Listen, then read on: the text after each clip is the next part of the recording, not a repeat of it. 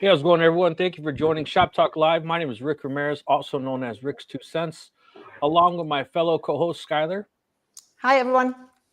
Steve from Steve Makes Everything, Howdy, y'all. Roger from Roger's Shop. Howdy, howdy. Yeah. So let's see. Rick, congratulations on your new toy. Yeah, I was going to say I don't hear any noise in the background. So no, and the reason is that it was a wah wah wah, short-lived. That they didn't send me. Your mom's calling you. They didn't send me the stiffy, and they did. What is that? It's like making some kind of weird box over my face. Yeah, you got a gray box there. There you Yeah, go. They didn't send me the stiffy, and they didn't send me the fourth axis. So we'll see. I was surprised. Yeah, well, you can get it running without either of those. I just figured the stiffy. They said they'll send it by next week. Yeah. So but so that all assembles on top of everything. So even the mount for the router, there's a thing that just screws into the top of that. So you can put it together regardless. Okay. All right. Yeah, I was just waiting because I wanted to show it all together, but I thought it was a little light on the boxes there. I was wondering how they compressed a couple of things. Yeah, because when you said it was an entire truck, I'm like, oh god. And when I saw my normal UPS driver, he didn't drive that truck. It seems a little longer. Yeah. So I thought there was some truth to your story. I'm like, oh god. Well, it's a lot of stuff. This is a bigger truck.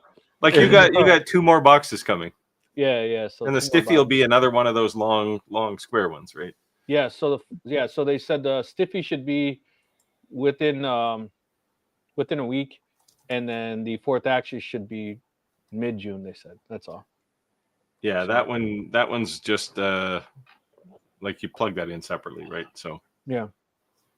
So people are starting to pile in the comments. Sorry, we started a little late. Apologize. Did we? Yeah. No worries. 2 minutes. Well, maybe 1 minute because we've been on for a minute. Yeah.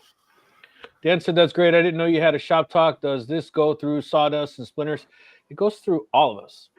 Yeah. So I'm not sure what channel you're joining us from, but it's actually all 4 channels at the same exact time.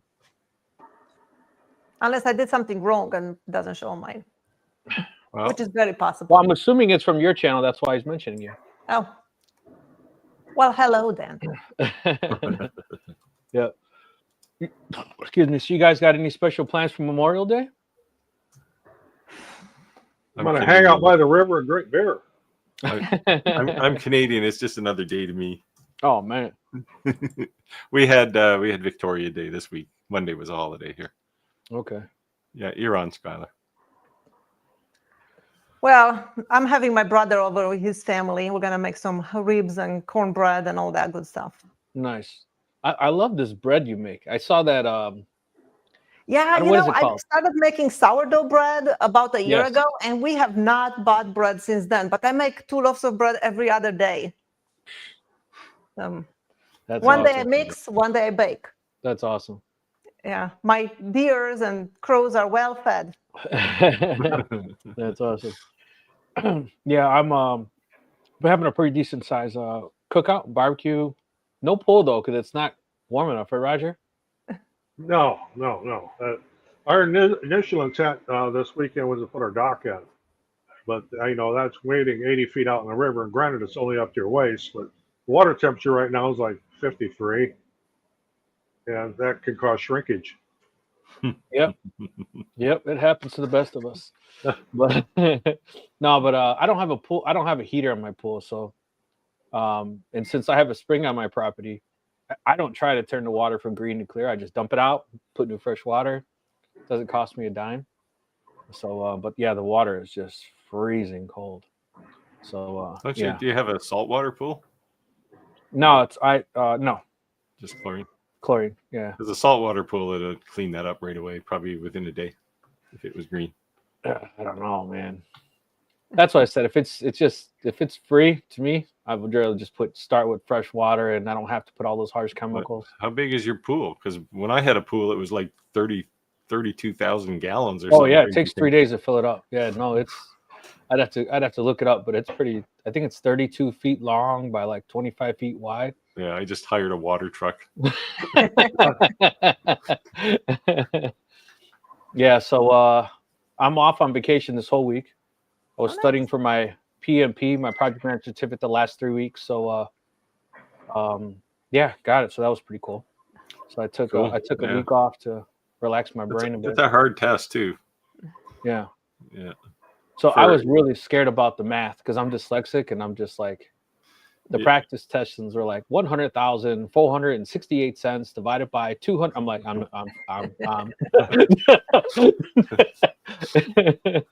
punch a number that looks like that into your calculator. Luckily, the numbers were like 15 divided by 5, and I'm like, huh? I got this. You must be in the remedial class or something. Yeah, and you know what? I told someone that. And my boss's boss was like, don't tell people that because you just got lucky on those math questions. He said, I got hit with a lot of hard math questions. Anybody I know who's taken the PMP certification said it was brutal. Yeah. You learn how to manage a project, and it doesn't really matter because every project is in total chaos almost all the time anyway. So I would say our podcast like prepared me for it because you literally have someone like staring at you, right? Yeah. And if you go out of camera, the internet flickers, or you speak out loud, you fail. Because I think you're telling someone the question. So it's kind of like, I'm as I'm reading, I'm like making sure my eyes are moving, but like, you don't want to tell anybody they're crazy for their crazy thinking. Yeah. So glad it's behind me. So now next to my, I want to go back for my master's. So here we go. But yeah, so if we're here for live questions, answers, you guys have any questions, let us know. I do have a question for you guys rather than normally questions for us. What was your gateway drug? What was it? Was it the CNC that you started with? Was it a laser you started with? Did you start with a scroll saw? Where did you start? And what's your next step? Like, what are you working? What's your leverage that you're working for? What's something on your next bucket list, so to speak? I'd like to hear from people who are watching this live.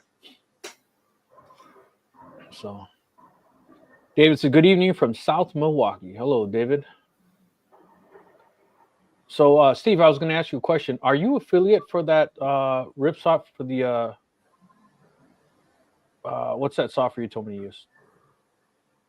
VCarve? Yes. Like CNC? Yes. No, Andy is. Go use Andy's link. Okay. I wasn't sure if you were. I know Andy was, but I thought for some reason you were too. I was going to say I'd use yours. No, I don't. Even though I probably make more money off of CNC than anything else, I don't make very many CNC videos. I should make more actually, but Derek said it was a wood lathe that got me hooked. Derek, it's actually a YouTuber. If you didn't know, I learned everything I know about from epoxy from him. Nice. Like I didn't know anything about epoxy, and I met him on Facebook, and he taught me everything I know. There you go. So thank you, Derek. But did he teach you everything he knows? I don't know, but I was happy with what I learned. I've never met him personally. I just met him through Facebook and YouTube. Yeah. Phil said PMP and CISSP are hard search for sure. Yeah. Yeah. I think my hardest one was NICET. And you have to be an electrical trade to even know what that is, but that's to be certified for testing of high voltage equipment. When I went for my journeyman, they took trigonometry. I only went to pre-algebra, right? And they were like, Rick, are you understanding? I'm like, you might as well be speaking another language. I'm like, look, I'm not going to hold the whole class up. Just keep doing your thing. I'm going to need a tutor. So I went to the dean because by union law, they have to give you a tutor if you ask for one. And he says, Rick, do you realize that you're asking for someone to come here for 8 hours on a Saturday, time and a half to give you a tutor? I says, isn't it in our bylaws? And he gave it to me. So after I passed the test, he, hey, Rick, what did you get? I said, 100. He goes, oh, okay. So he wasn't mad at me after that. Yeah, but trigonometry, man, that was, oof. Dan said, do you guys all have a chop? Go ahead. No, go ahead. What were you going to say, Steve? I was going to say, I was always fairly big in math. I hated algebra though. It was just not algebra, sorry, functions. So all the similar triangles and stuff. It's like Just look at them; they're the same. You don't have to prove anything. Yeah. So, and in Illinois, there was like you only require 2 years of math, and I was like, well, that's all I'm taking. No, calculus. I was fine at algebra. I couldn't see geometry. I couldn't see 3D. Well, to me, it's like, what do you mean it's a pyramid? It's a triangle. Right. Now you're all into it. So what are you gonna do, right? Yeah. Daniel said, "Do you guys all have a shop and YouTube channel? You must. And where are you guys? I'm in Washington State. I am about as far as from Washington State as you can get in North America. I'm in the East Coast. I'm in Western Illinois. And I'm in Maine. I'm in Illinois as well, in the Chicagoland area. I'm like in an hour maybe southwest of Chicago. Yeah. How far are you from the coast, Skylar? Well, not too far. Yeah. I'm about a 5-minute drive. Conrad, hello, Conrad. I saw him post in our Facebook group the other day, and I said, "Where have you been, man?" I haven't seen him forever. Saw him post some of his work. Very cool. Looks like he's got some. I was talking about the addiction. He went from no lasers to 3 lasers, all pretty much within a week. So that's. But we talk about it all the time, right? Like, yeah, some people give up. So, Facebook Marketplace, you can really get some steals sometimes. Yeah, I sold my Acmer P3 today to a local guy. He watches my channel, but I've been in touch with him and came over for a visit, did a little shop tour. Yeah, I'm selling my Omni 1. Nice. What? I know. That's like the best laser you can own. It is the best one, and I love it. I don't do any engraving though. Yeah. It just collects dust. Yeah, I'm selling my Iker K1 Pro. Mine was gone 8 months ago. I like it, but I just replaced it with the. I replaced that with the Craft Dual. So, and then my Tesla V35 got replaced by the longer B1. Plus, I have to make room for a CNC. I have to see how much space it takes for Rick. Skylar's weakening. Yeah. You know, the thing is, I'm actually going to be making a video is like additional cost beyond the CNC. Because, like, I think that's what somebody looks at, right? They go to their website and they're like, it's not a bad deal. But it's like everything just adds up. You know what I mean? Like, $800 table. I mean, I'd say you can't build one, but by the time you add up all the material, you're like, am I really saving any money? You know, because wood's not cheap. And then not anymore. The software, and then the extractor, you know, the dust collector. Well, the spindle is the big one, right? That's spindle. The biggest invisible cost. You got to buy something that turns. And then everyone says, oh, you can just download the trial software and practice on that, but you can't output. So, like, no, you can't. Then you just got to buy it. Yeah. So that's $1,200. So it just adds up fast. Yeah, well, you don't have to buy Aspire or anything. You can start with, you have to buy Desktop Pro or VCarve Pro. I'm just going to get the Aspire. You're going to get what? Aspire. $1,200. Yeah. Yeah, it's a little overkill, though, for most things. I just want to, I want to just kind of learn some of the 3-dimensional stuff. It's kind of like what I was doing with the corners. Yeah, you can still do that with the Pro version. But what you can't do is create 3D things. Okay. So, but go into a CAD tool and generate an STL file or something and import that. Yeah, that's all I ever do. Okay. But you can only do one in a design.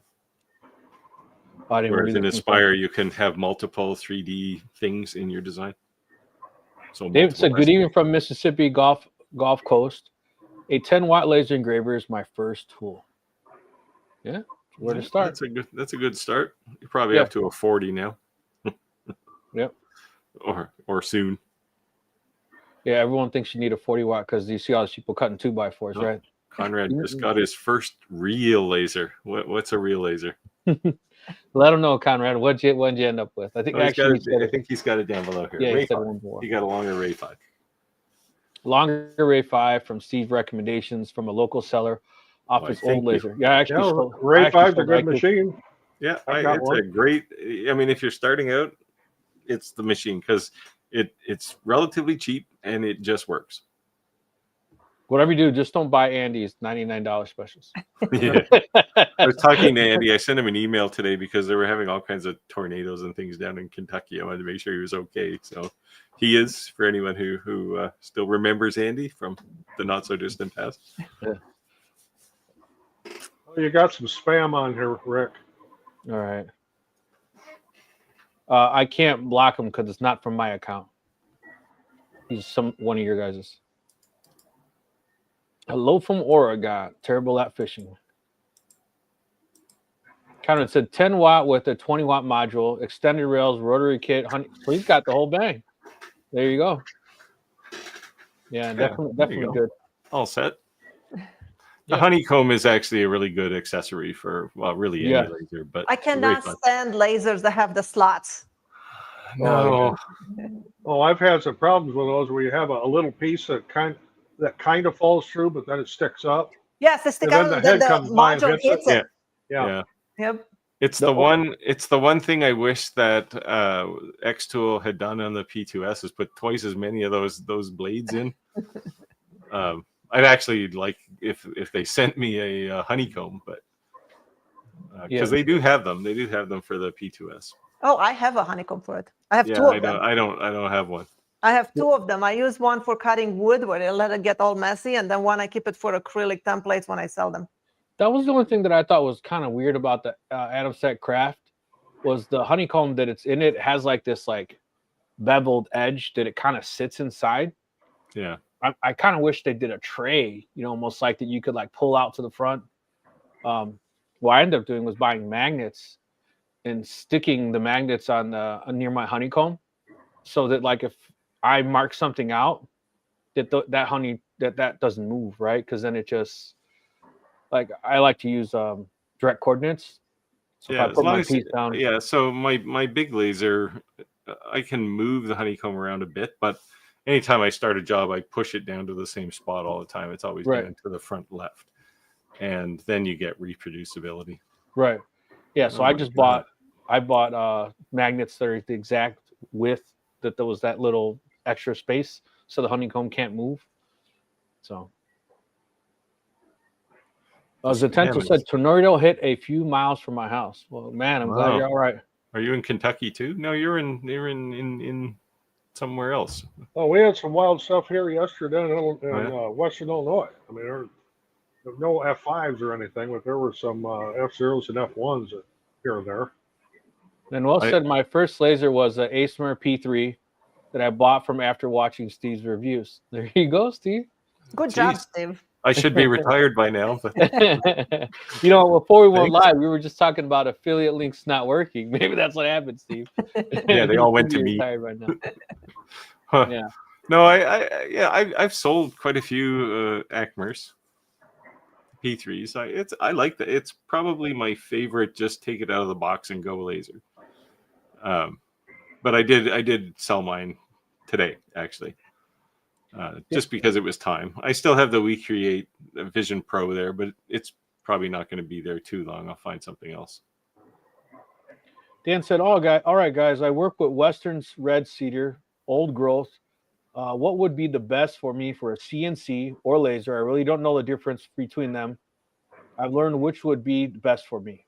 I guess it would depend on what you want to do with it. Yeah. What you're if you want to engrave or if you're going to be doing cutting or. Well, you can do so. What are you trying to make? Let me think of my statement first. I think you can do anything on a CNC that you could do with a laser to a piece of except square corners. Except square corners. If you're creating the inside of a box, you'd have to have a wood chisel handy. But other than that, yeah. Red cedar though has so many knots. It's hard to find a spot to engrave on it. Yeah, well, CNCs don't care that much about knots. You just turn the bit fast enough and you'll be okay. As long as it's not a loose knot, it goes flying across the room. Well, CNCs don't throw things, which is nice. Well, it's a soft wood too, so it should go right through it. Yeah. That's the thing about laser. I think it burns it. It charges it too much. Man, I would say realistically, what are you trying to make? Maybe that can really give us some more information towards your way. Yeah, and because if it's like 1/4-inch cedar, then use a laser. It'll be faster. Terrible Fishing said, I must have a fake laser. This thing makes imaginary pieces. Okay. All right, Steve, you're up. So Lynch says, watched your video, my video on the laser tree upgrade module. Have a 10-watt D1 Pro and the extension kit. Thinking about a 40-watt upgrade, the laser tree 40-watt upgrade. I'm always torn by this. Like if you have it's probably less prevalent now, but back in the good old days when you had an open frame laser that you loved, upgrading might have been good if you really liked the drivetrain, but in reality, it's probably just cheaper to sell that one, take that money and buy a new laser, like a whole new laser. Yeah, I upgraded my Tezer. Was it a P5 5-watt to V35? Yeah. You know, but yeah, so Laser Tree is a company that just sells the laser module, right? And you can upgrade it. Do you need new cables? Yeah. No, so they have a little adapter board that basically accepts most of these things. I would ask Laser Tree first if they have support for a D1 Pro, because a D1 Pro uses like an 8-pin connector, whereas everybody else uses a 4-pin connector on the laser module. So, but they do have this little adapter board, so you plug your existing cable into that and then plug that into the new laser module, and it magically works. But so the D1 Pro might be one of those cases where you have a really nice drivetrain for a laser and you might want to upgrade it. I would talk to X-Tool first and see if they still have 40-watt laser modules for that. They might still have some. I would say this, Lynch. Go like this. What's the best bang for your buck? If that's the only laser you own, and it's not a drastic cost difference to buy a new one versus upgrading yours, it might be better to have two. Yeah. Because you can still use the 10-watt laser to engraving. You can't cut with it, but you can engrave with it. Well, not very well anyway. Right. But you can definitely engrave with it. If it's currently a 10-watt, there's probably not a lot of cutting going on anyway. Right. Well, that's what I'm saying, though. Yeah. That is an option. But if money's tight, sell this one and buy and just use that money plus a little extra to buy a new laser. Yep. Is what I would do personally. Or check Facebook Marketplace, see if anyone has one used. Yeah. If you happen to live close to me, I would just tell you to come and pick one up. I actually have an X-Tool 40-watt D1 Pro hanging on my wall. It's a piece of art. See this? He's rubbing it in, guys. He's rubbing it in. Manuel said, Steve, I use your affiliate link. Sweet. I appreciate it. Jim said my first laser was a D1 Pro 20-watt, then got the extension rail, still my current laser. Yeah. D1, it's a good laser. Yep. You know, the extension rails, it's funny, like everyone sends us the extension rails, and I initially thought that was like a great thing. I never installed one of them. Yeah, me neither. And I think the reason I didn't was because of the enclosure. Yeah, so I installed them on my D1 Pro, which is why it's now hanging on the wall, because it just takes so much room. If I was going to take the room of a CNC, I would buy a CNC. Every laser I reviewed, they send me the extension, and I never open it from the box. Even the Atom Stack and the WeCreate, I have it not open in the box. I told them, like, I don't want it. They sent it anyway. I'm like, I'm not reviewing it. I don't have the room for it. I don't want to mess with it. Yeah. Yeah. Speaking of, I tried to get that 4x8 laser. Yeah. I don't know what happened. I thought we were good, and never happened. So the Tovok, whatever it is. Yeah, whatever it was. Yeah. Yeah. It seemed pretty insane. What would you do with it, though? That's the thing, right? It's just huge. And you don't have the room for it now with the CNC. I have a huge 4x8. It's the table I use for my my table saw. So if I cut by myself, I can push. Because I cut a lot of full sheets by myself. So I built that huge table that's actually my table slides into it. So I thought I could stick it there. And then I thought too that if I didn't want it, I could put it on like a hoist and go lift up to the ceiling, and then I have my table back. I have 3 of those stands that have the rollers on the top. Let me show you. Those are very handy for breaking down plywood or anything. I don't know if you can see there on the corner. Nice. Yeah. I actually use some plastic banquet tables that fold up. I just put wheels on them that come out to be the exact same height as my SawStop saw. Nice. And I can fold them up or roll them out. I mean, I don't have a lot of space, so when I'm using them, I just unfold them and wheel them up there, lock the wheels down. When I'm done, fold them back up and stick them on the other side of the garage. Yeah. I built my workbench to be exactly the same height as my table, so just in case I need it ever for support. Yep. So I'm still looking for a SawStop. I've had one in my SawStop basket shopping cart for a couple of days now, and I don't know. It's just awfully expensive. It's outrageous. Worth every penny, though. Yeah, well, I do like to count to 10, so I'm sticking with my DeWalt. It may be on the adventure list, but there's definitely some things way out. I mean, I have my DeWalt table saw now, the standard carpenter's project saw, but it's a beast. The thing is crazy is like my DeWalt chop saw, my DeWalt table saw. I was using for the longest time the DeWalt blade, right? Because I'm just going to use it till it dulls out. And then when I finally put that Diablo blade in there, I was like, why did I wait? It could well be the last blade you ever buy. I know, but it's just like, there's not even a remote comparison, right? Like even if that was brand new to brand new. I used to use whatever it is, that Forest brand for blades, which is like $160 for a blade. But then I switched to Diablo, and now I discovered these orange CMT blades, and they are $29 on Amazon. And they are sharp, and they last for a long time. Okay. Yeah, I love the Diablo blades, man. These ones are better. They last longer. Okay. And it's only $29. Okay. The last time I bought a Diablo blade for my saw, I bought 2 of them, and I still have one. It's in the shrink wrappy package. And I've had it. It's been there for like 2 years. Yeah, exactly. I change my blades like every month, maybe. Yeah, but you're probably cutting some pretty big stuff, right? Like that stuff behind you kind of deal. Yeah, I mean, I cut all kinds of stuff, but I use it 8 hours a day. My table saw is going nonstop. Oh, okay. Yeah, I don't do it like that. See, that would make a SawStop worthwhile. Yeah, and especially if I cut plywood, that really dulls my blade really quickly. And then I can't use it for cross-cutting for miters and stuff because it will chip and fray. And, I could change the blade and put the cross-cut blade, but I'm too lazy. So I just want to have a blade there that works for everything and is sharp. There you go. Something else that'll dull a blade really fast, believe it or not, is cardboard. Yeah, I've never cut cardboard with a with a saw. We do it all the time because of these inserts we use. Yeah. We have manufactured. It costs me so much more to have another size made that I just have them make them big and I saw them in half for the other size we need. But I usually use an old blade because I know it's just going to trash it.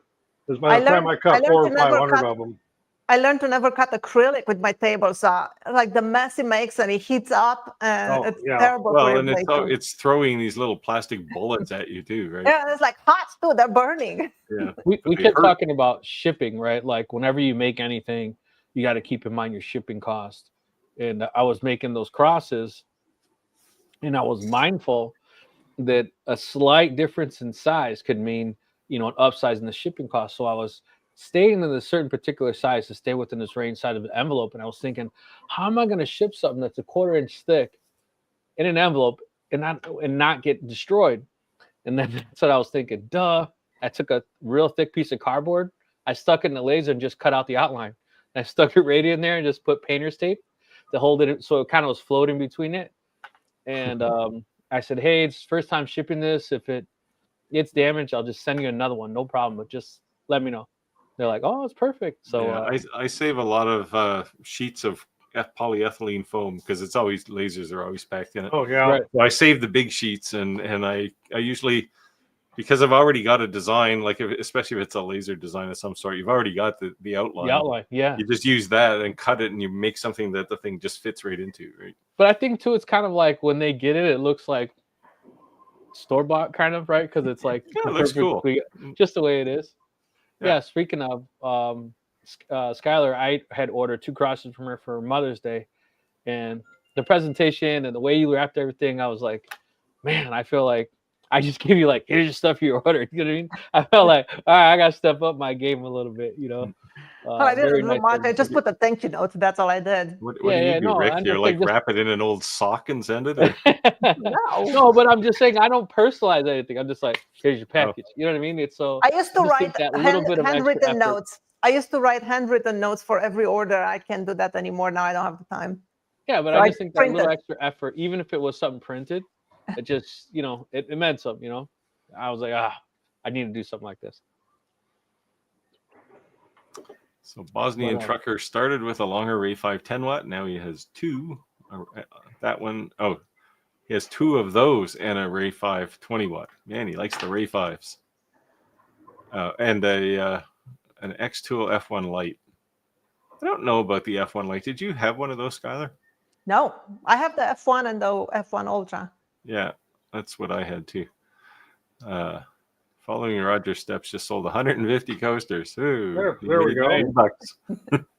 Home run, baby, home run. Gotta start somewhere. Yeah. Yep. Terrible Fishing said my CNC is used from Cambridge board holes. Cribbage. There's a lesson for you there, Skylar. I know. Where do I put it? So I brought it to my wife and I says, what is the deal with these things? Like, I've never really seen this. She's like, it's definitely a Canadian thing. It's really big. No, this cribbage is worldwide. It's pretty popular. It's definitely played a lot here, but it's probably more of an East Coast thing. They turn out to be pretty good sellers too. Yeah. There's cribbage tournaments around here. I mean, I don't play, but there's tournaments here that they have, and they're pretty organized and they're big deals. If you sell on Etsy or on your website or whatever, it doesn't matter where you are, right? Because you can buy from anywhere. So I would say, Skylar, if you made a single cribbage board on a CNC, you would move something out of your shop. You'd throw something away to keep your CNC in there. I'm pretty sure, mark my words, that by December I'll probably end up with a CNC. It's just my biggest fear is that I won't be able to figure it out, and it's just gonna collect dust because I don't know how to use it. You can ask for help. It's like I can make the space. I can. You already know how lasers work. You just need to learn about the third axis. That's all. V said, my cousin almost drove into it. She found a man in a field, and he listed his whole family. Sad, and he lost his whole family. Wow. Yeah, you know, I actually saw that tornadoes. I actually saw in all of our budgets cuts that we had for our country. One of the budgets that were cut were actually part of the tornado warning systems, and they said that the delayed reaction of notifying people caused 27 deaths. So they're trying to like pull the money back. No, but I just think, you know, we're going through some economical times, but a loud horn that warns you that tornado's coming is probably not where you should start. I was reading a thing today about the cuts to NOAA, the weather dudes, right? They said that will impact detecting tornado or hurricanes coming in. That one matters to me because I get hurricanes here, so it's nice to know they're coming up the coast, right? Right. Conrad said, I got the 5-ray bundle for $350, including a 20-watt module. Not bad. That's a good price. Yeah, good price on that. Yeah, I read it. V lossless. Yeah. Autocorrect is probably the villain there. Hey, Steve. Hey, Steve. Lynch said, also have the F1 and the 60-watt MOPA. Do you make any challenge coins by any chance, or what are you making with the MOPA? Just curious. And Lynch, that's my brother-in-law's last name. That's cool. You know what I've been making with my fiber laser is brass plaques. Like nice. I know you do memorial plaques, right? So I did one a while back. Somebody bought a park bench, donated it, and then they wanted a plaque made for the memorial for, I think it was his uncle. That's cool. Made that for him. It was pretty nice. That's cool. Clack. Clack said, I agree with Rick. The D1 and added a longer B1 or ASMER, better air assist setup with it than with newer machines. Yeah, I don't know. Yeah, it's like it's like air is expensive. Like they're trying to pinch off some of these new machines to the point where they don't work. Although that Recreate Vision Pro, that thing blows material all over the place. I remember on my first laser, I mean, they didn't come with air assist. It didn't even have a nozzle. So you had to like 3D print your own and then retrofit and find yourself a good aquarium pump. And what's crazy is those were the good old days. Yeah. The air extractor, I've always used the air extractor on my CO2, the Monport K40. And then Adam Sack, when they gave me the craft, they gave me that air purifier.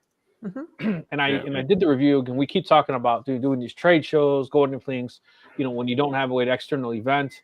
I did something purposely like a 1/4-inch plywood birch that I know was going to like kind of make a real strong, distinctive smell. And I just blew it right into the room, and there was nothing at all.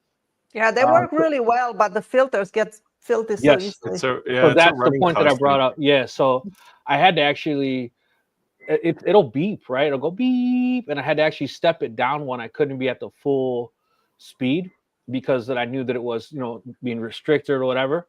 I'd have to literally go outside and blow out the charcoal, right? And when I was using it 8 hours a day, I'm like, it won't last. If I'm running 8 to 12 hours a day and you're using like really kind of dirty material, it'll kind of clog it up. But I will say this, I removed the filters and I just used it basically as a fume extractor, like an added fan. That thing is so powerful. It gave, what do they call that? Negative pressure. Like you literally saw the enclosure go like suck in. Oh. So my thing to me is if you don't necessarily need the filters and it's indoor and it's connected to already an external vent, I think that's awesome because it's so powerful, so strong, and save your filters for when you do not have an external vent. Yeah, when you actually are at a craft show or something, right? Right. Yeah, like I like the latest X-Tool filter, but the problem is, you can replace individual filters, but the problem is you have to replace individual filters, right? Right. And I just, like, I always tell people, like, unless you actually need a fume extractor, vent outside. Just punch a hole in the wall and run a pipe, because you'll save so much money doing that. Yeah, I just think like I remember when I watched the Clack. He did the review first on the craft, and he was saying like one of the upgrades you need to do is this fan. It's not really strong, and I watched it like when I was doing something that's kind of filling with smoke. It was taking it out, it was kind of filling smoke, but when I took those filters out, man, it was just like nothing. No matter what I put in it, no matter how much smoke was going to create, nothing. So yeah. So again, I don't think they're a bad idea. Just I think if you should only use the filters when you need them. If it's external, I have a 6-inch inline fan, and it's so powerful that on my P2S, it like sucked in the mesh for the filters. It's like just kind of has this like shape that goes into my system.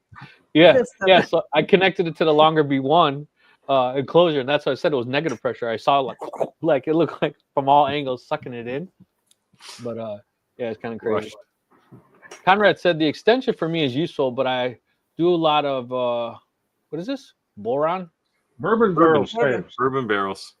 Actually, I did see one of your bourbon barrels stands you posted. That was pretty cool. Actually, it had the hold the bottle and then 2 drinks, and it had the way it was angled to hold them all. That was pretty cool. Yeah.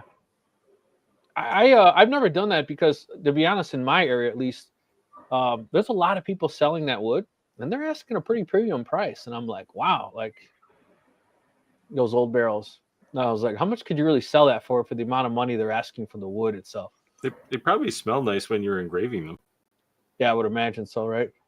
They smell nice even when you don't engrave them. I had a customer, he made me a custom-made knife, and the handle is made from that wood. Oh. And you can still smell it. Jim said, sorry, late to the show. Playing with my 01 and CO2 30 gavel. More a little bit later. Hey, Jim, do you mind if I show people that soccer ball you sent me the photo of? Jim was playing with his Omni One. Let me see if I can find it. Hey, V. She's jumping around our chats to show some support. Thank you, V. Hi, V. see if I can find Yeah, it here. CMT are great blades. Yep. I use them too. And Yep. if I you have can like get 8 of them stacked up. if you I'll have get to a check hold it of out. their glue line rip blade, it is phenomenal. You know, one thing I've never Could used is a what is it called? Stacks. When you do the stacks with Data stack. Yeah, I've never done that. Yeah. I've always come kind of little. That's why I bought this second table saw over here, just to keep my data stack on it. Okay. That's what I do with my DeWalt, the data stacks on it. I could put it on my saw stop. I did buy the brake cartridge for it, but I did too, but it's a pain. You have to move the cartridge, like, because it's 8-inch versus 10-inch, so it just takes too much time. I'm like, I'll just get another table saw. Ricky wanted to say hi. Here, I'm gonna Hi, little share. man. I'm gonna share Jim's soccer ball here. He was engraving. cool. He was engraving these things with his Omni One. Very nice. This looks awesome. I thought it was actually gold, but he said it was black. I guess it must be just a trick of. You know what I like about it is it didn't like dig into it, and it looks like. Yeah, it actually looks like it's raised, painted, right? Yeah. So yeah. when you do stuff, sometimes with the UV laser, it'll kind of puff it up, especially soft things like leather. That's cool. If you Very just nice. yeah, it looked awesome. So that's what Jim has been up to. He's been having fun lately, after a long Frank's little workshop. Technology. A new name? I don't think I recognize this name. Frank's I just thought I would say hi from UK. Still using a 20-watt algo with extension kit. It's the biggest I can go in my little workshop. Yeah, go big or go home, as they say, right? Best tool is the one you have on hand. Yeah. Yeah. So I think 20 watt is like the good, like you can pretty much do. Like I would say, if I was going to buy a laser, I would at least start with a 20 watt, right? And I'm saying I start with a 5 watt. But what I'm saying is that Algo Laser came out recently with a new. It's like a little mini open frame laser. I don't know if you've seen it. I don't. What's for a while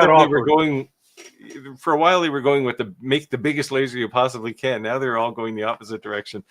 I got offered that little one too, and I turned it down. I didn't want to mess with it. Yeah, I don't know. It just doesn't look. I don't know what it would be good for. That's the thing.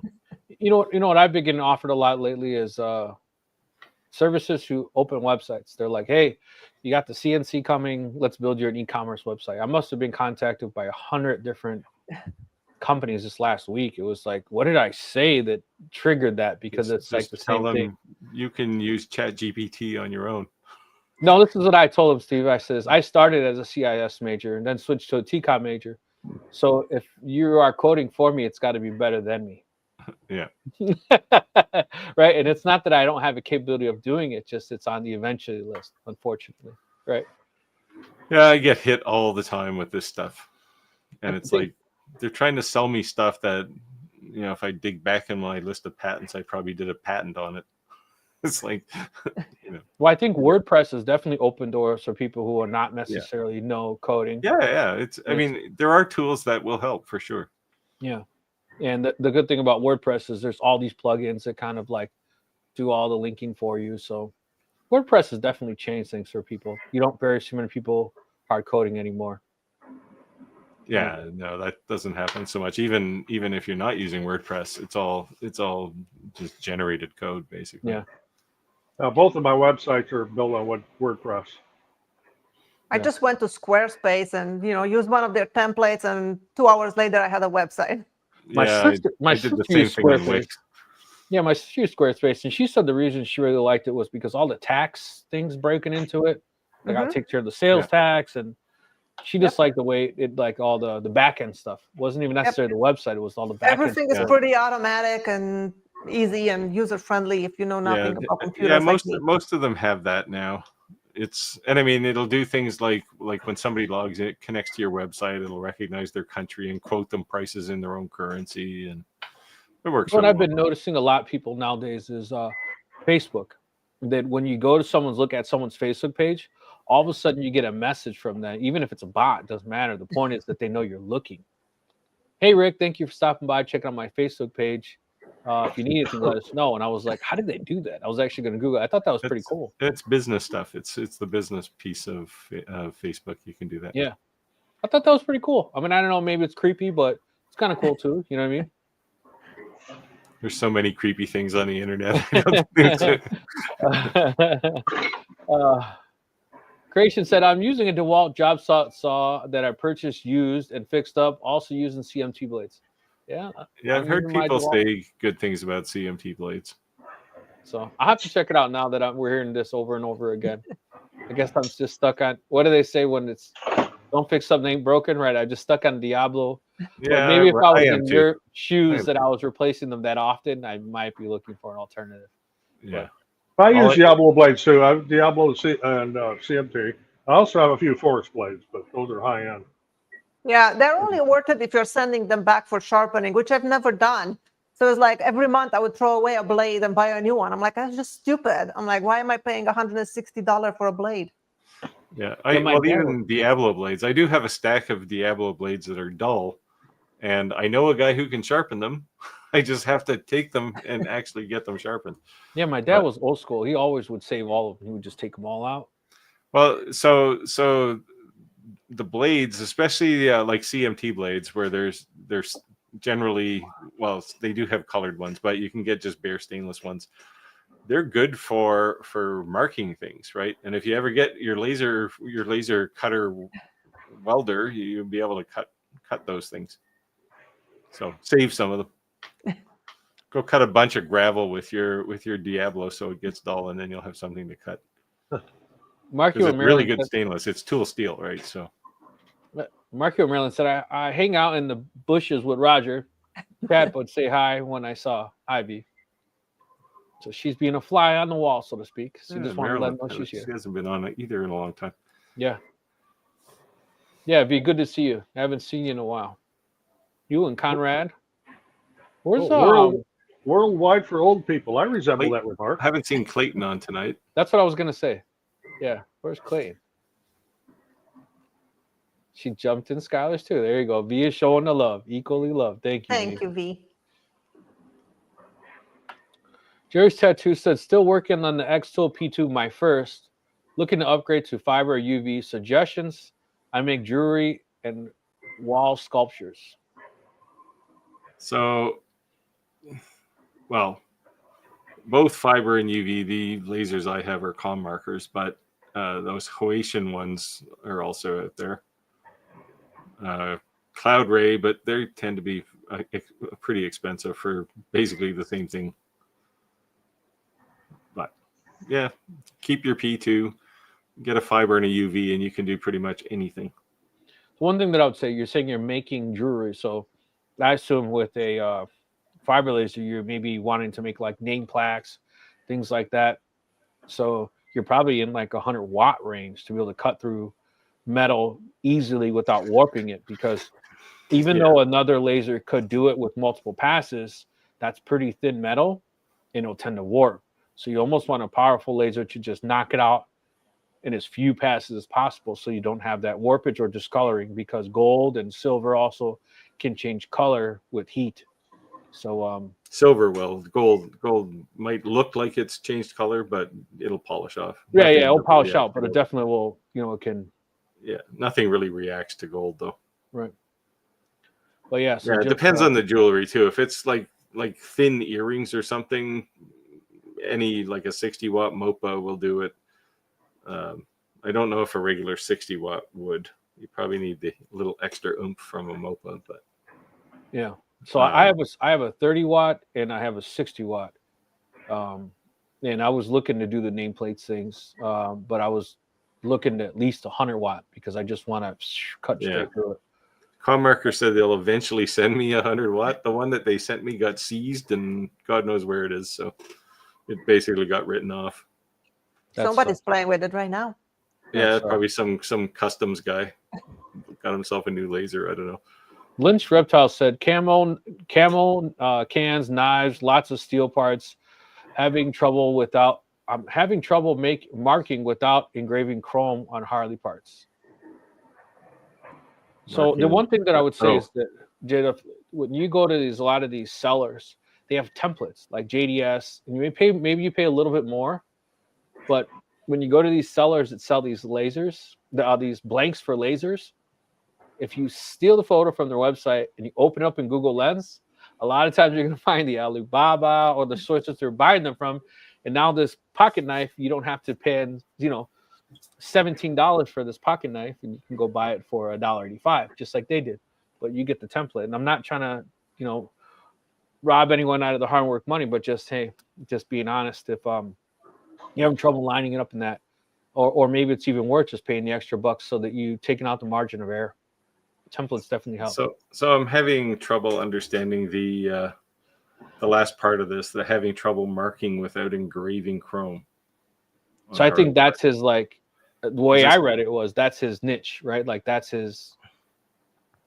And correct me if I'm wrong, Lynch. I thought you were saying like. See, I was wondering if he was engraving and annealing the chrome and it was getting blue or something. Yeah, I guess Lynch, reiterate on your question. Let us know. So make sure we understand. Wondering. Yeah. Yeah, let us know. Jim said, sure, better layout now. Oh, you can buy a lot of jigs too. Jigs too for certain things. Yeah. That helps too. Conrad said barrels staves are run between $2 to $5 each, based on width, or used barrels between 80 to 100. Yeah, I'm just saying I've seen them in my area just like a premium price, and I'm like, I don't know that I could make something out of it. If you have your niche, but I was like, that's pretty high just for a piece of wood. At least what they're asking in my area. But then again, just because they're asking, it doesn't mean they're getting it right. That's just because they're asking. Yeah, it's not just wood though, right? They use pretty awesome, like old growth European oak for a lot of those things. But if you make like handles for knives and stuff, it's not going to use a lot of material, so that might be worth it. Yeah. Yeah. And it's pretty solid. You want to take this, Steve? So Tenro says you could use little gantry lasers with a rotary. Yeah. So that might be what they're good for. Somebody, was it Algo? It was somebody sent me I think it was Algo. They're actually making a laser that is just, all it is a laser. It looks like just a laser on top of a rotary, but it's all in a little box, and it's only for doing rotary work. They asked me if I wanted to review it, and it was another one of the ones I gracefully passed on recently. I've seen a lot more and more of these little tiny cube lasers. It's like, you see this fathom, right? You see one manufacturer do it, and it's like they get a glimpse of success, and all of a sudden everyone's kind of jumping on that bandwagon. And I'm just like, I don't know, that seems too small for my comfort. Like, what am I really going to make in that? Other than animal dog tag. You got to keep in perspective what those things are for, right? They're for, like, certainly if you were at a craft market, they'd be great because you're just personalizing things. But they're generally beginner type lasers, right? So, and most of them are class 1, so they're safe. So you can have, if you want to do a little family get together and make something with a laser, they work. Speaking of this, I don't know if anybody watches Mr. Who's the Boss. He's a YouTuber, but he does mostly phone reviews, like cell phones. And he did a video recently. He spent $10,000 on Kickstarter projects.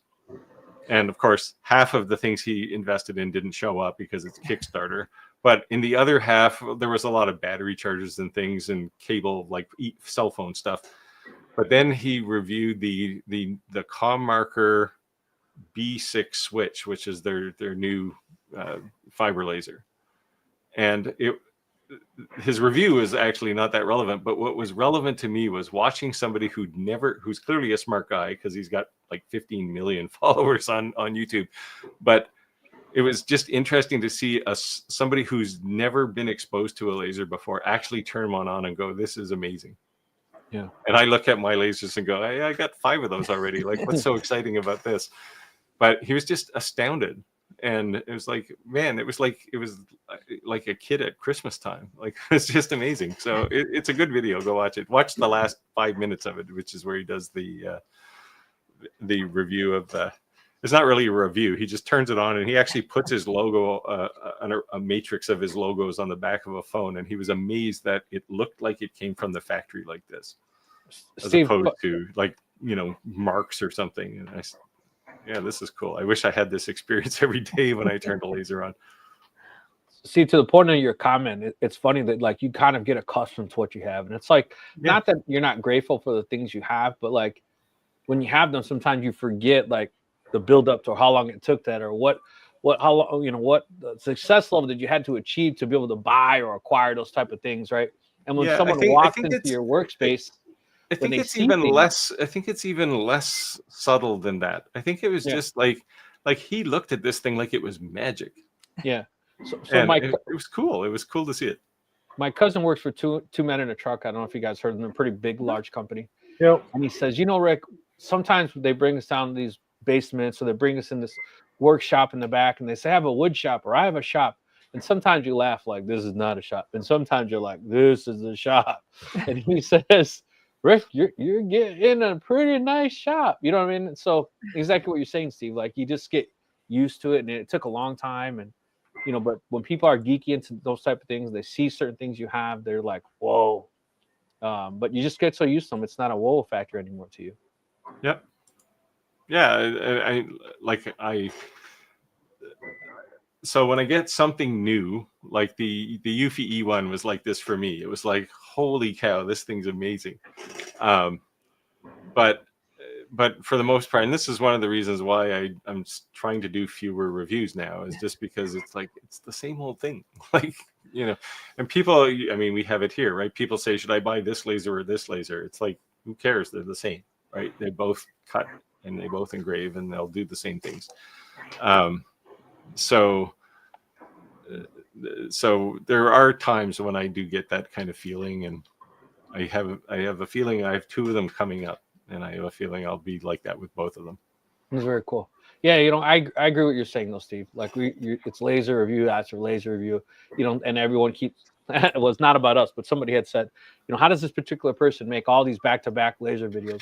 Where's that easy button come from? You know, how come there's no hiccups? You know, and a lot of times we're doing these reviews, it's because they progressively be getting better. They're progressively getting stronger. And I know you've laughed and you said no one needs a 70-watt laser, right? Diode laser. But when you and Skylar both did that, the Eufy thing was like, that's like badass. Like, and then when you sent me, Skylar, with across the magnets and the coasters, like, it's cool to see it on the video, but when you see it in person, like, it's just that was my only frustration when you're trying to record these things on a video. Yeah, you can't get it right. It's hard to appreciate what that thing looks like and how it actually feels. No, it's nuts. Yeah, it's nuts. I was I mean, to me, the sky's the limit really on the creativity, what you could do with that. I was definitely impressed. Centento said, I learned HTML and JavaScript in the 90s. I'm with you on that one, brother. I did too. In fact, my first website was all HTML and was done in Microsoft front page. Yeah. You guys are all so young. Yeah, I took HTML, advanced HTML, Java, JavaScript, Java. Yeah. I did machine code in the 70s. Frank's Little Workshop said, I have a 6mm CMT blade on my table saw. It's impossible to get a dado stack in the UK. Yeah, I know they're illegal in a lot of places, right? Yeah. I didn't know they have a 6mm one. That's like, what, 1/4 inch? Yeah, pretty close. Gotta look it up. Conrad said, for old people. Oh, there's them fighting words, Conrad. I don't know. I know some pretty young people that are really into it. Pickleball is for old people. Yeah. What is that? What's that one where you push the thing and it slides? Oh, shuffleboard. Shuffle? That's for old people. Yeah. I tried last summer. I tried to convince my kids to play badminton. Yeah. Okay. And my daughter was like, Mom, that's tennis for old people. Oh, no, they should play against people who play well. I played in high school and into college, and people were brutal. like when you're playing with somebody who's you know, kind of mediocre, they're going to hit the thing over the net. Somebody who's, you know, quote unquote a pro is going to hit it at you. So you're moving all the time to try and get out of the way so you can get your racket to hit the thing back. I think one of the most sadistic things we had to do back in, you know, junior high and high school in gym class was dodgeball. Yeah, I loved dodgeball. That was awesome. That's sadistic sport there. If you can dodge a wrench, you can dodge a ball. Right? Yeah, I like that one. Jerry's Tattoo said, yeah, that's correct. I like to cut and engrave metals. Thank you. Yeah. So pretty much what we were saying, you know? Yeah. If you like to cut and engrave metal, you're probably looking at a fiber laser. Yeah.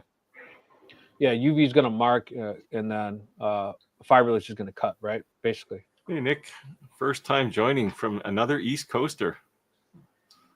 Let me know where you are on the East Coast, roughly anyway, not GPS location, but Stingray 130 CO2. I never heard of that. That's a good start. 60 watt. Oh, a 60 watt MOPA. And a 60 watt MOPA. And 130 watt CO2, yeah. Oh, okay. Yeah, nice one, nice one. Thanks for joining, Nick. Thanks for joining. That's serious work. Yeah. Serious tools. Tim says, hey, what part of the East Coast? Yeah, because Tim's also here. Andrew is probably on here too. He said a PEI. What's that? That's not too far away. What is that? What's PEI? Prince Edward Island. Okay. As opposed to poly, whatever the sheets are you put on a 3D printer. That's on a 3D that's printer. a PEI. That's the first thing I thought of.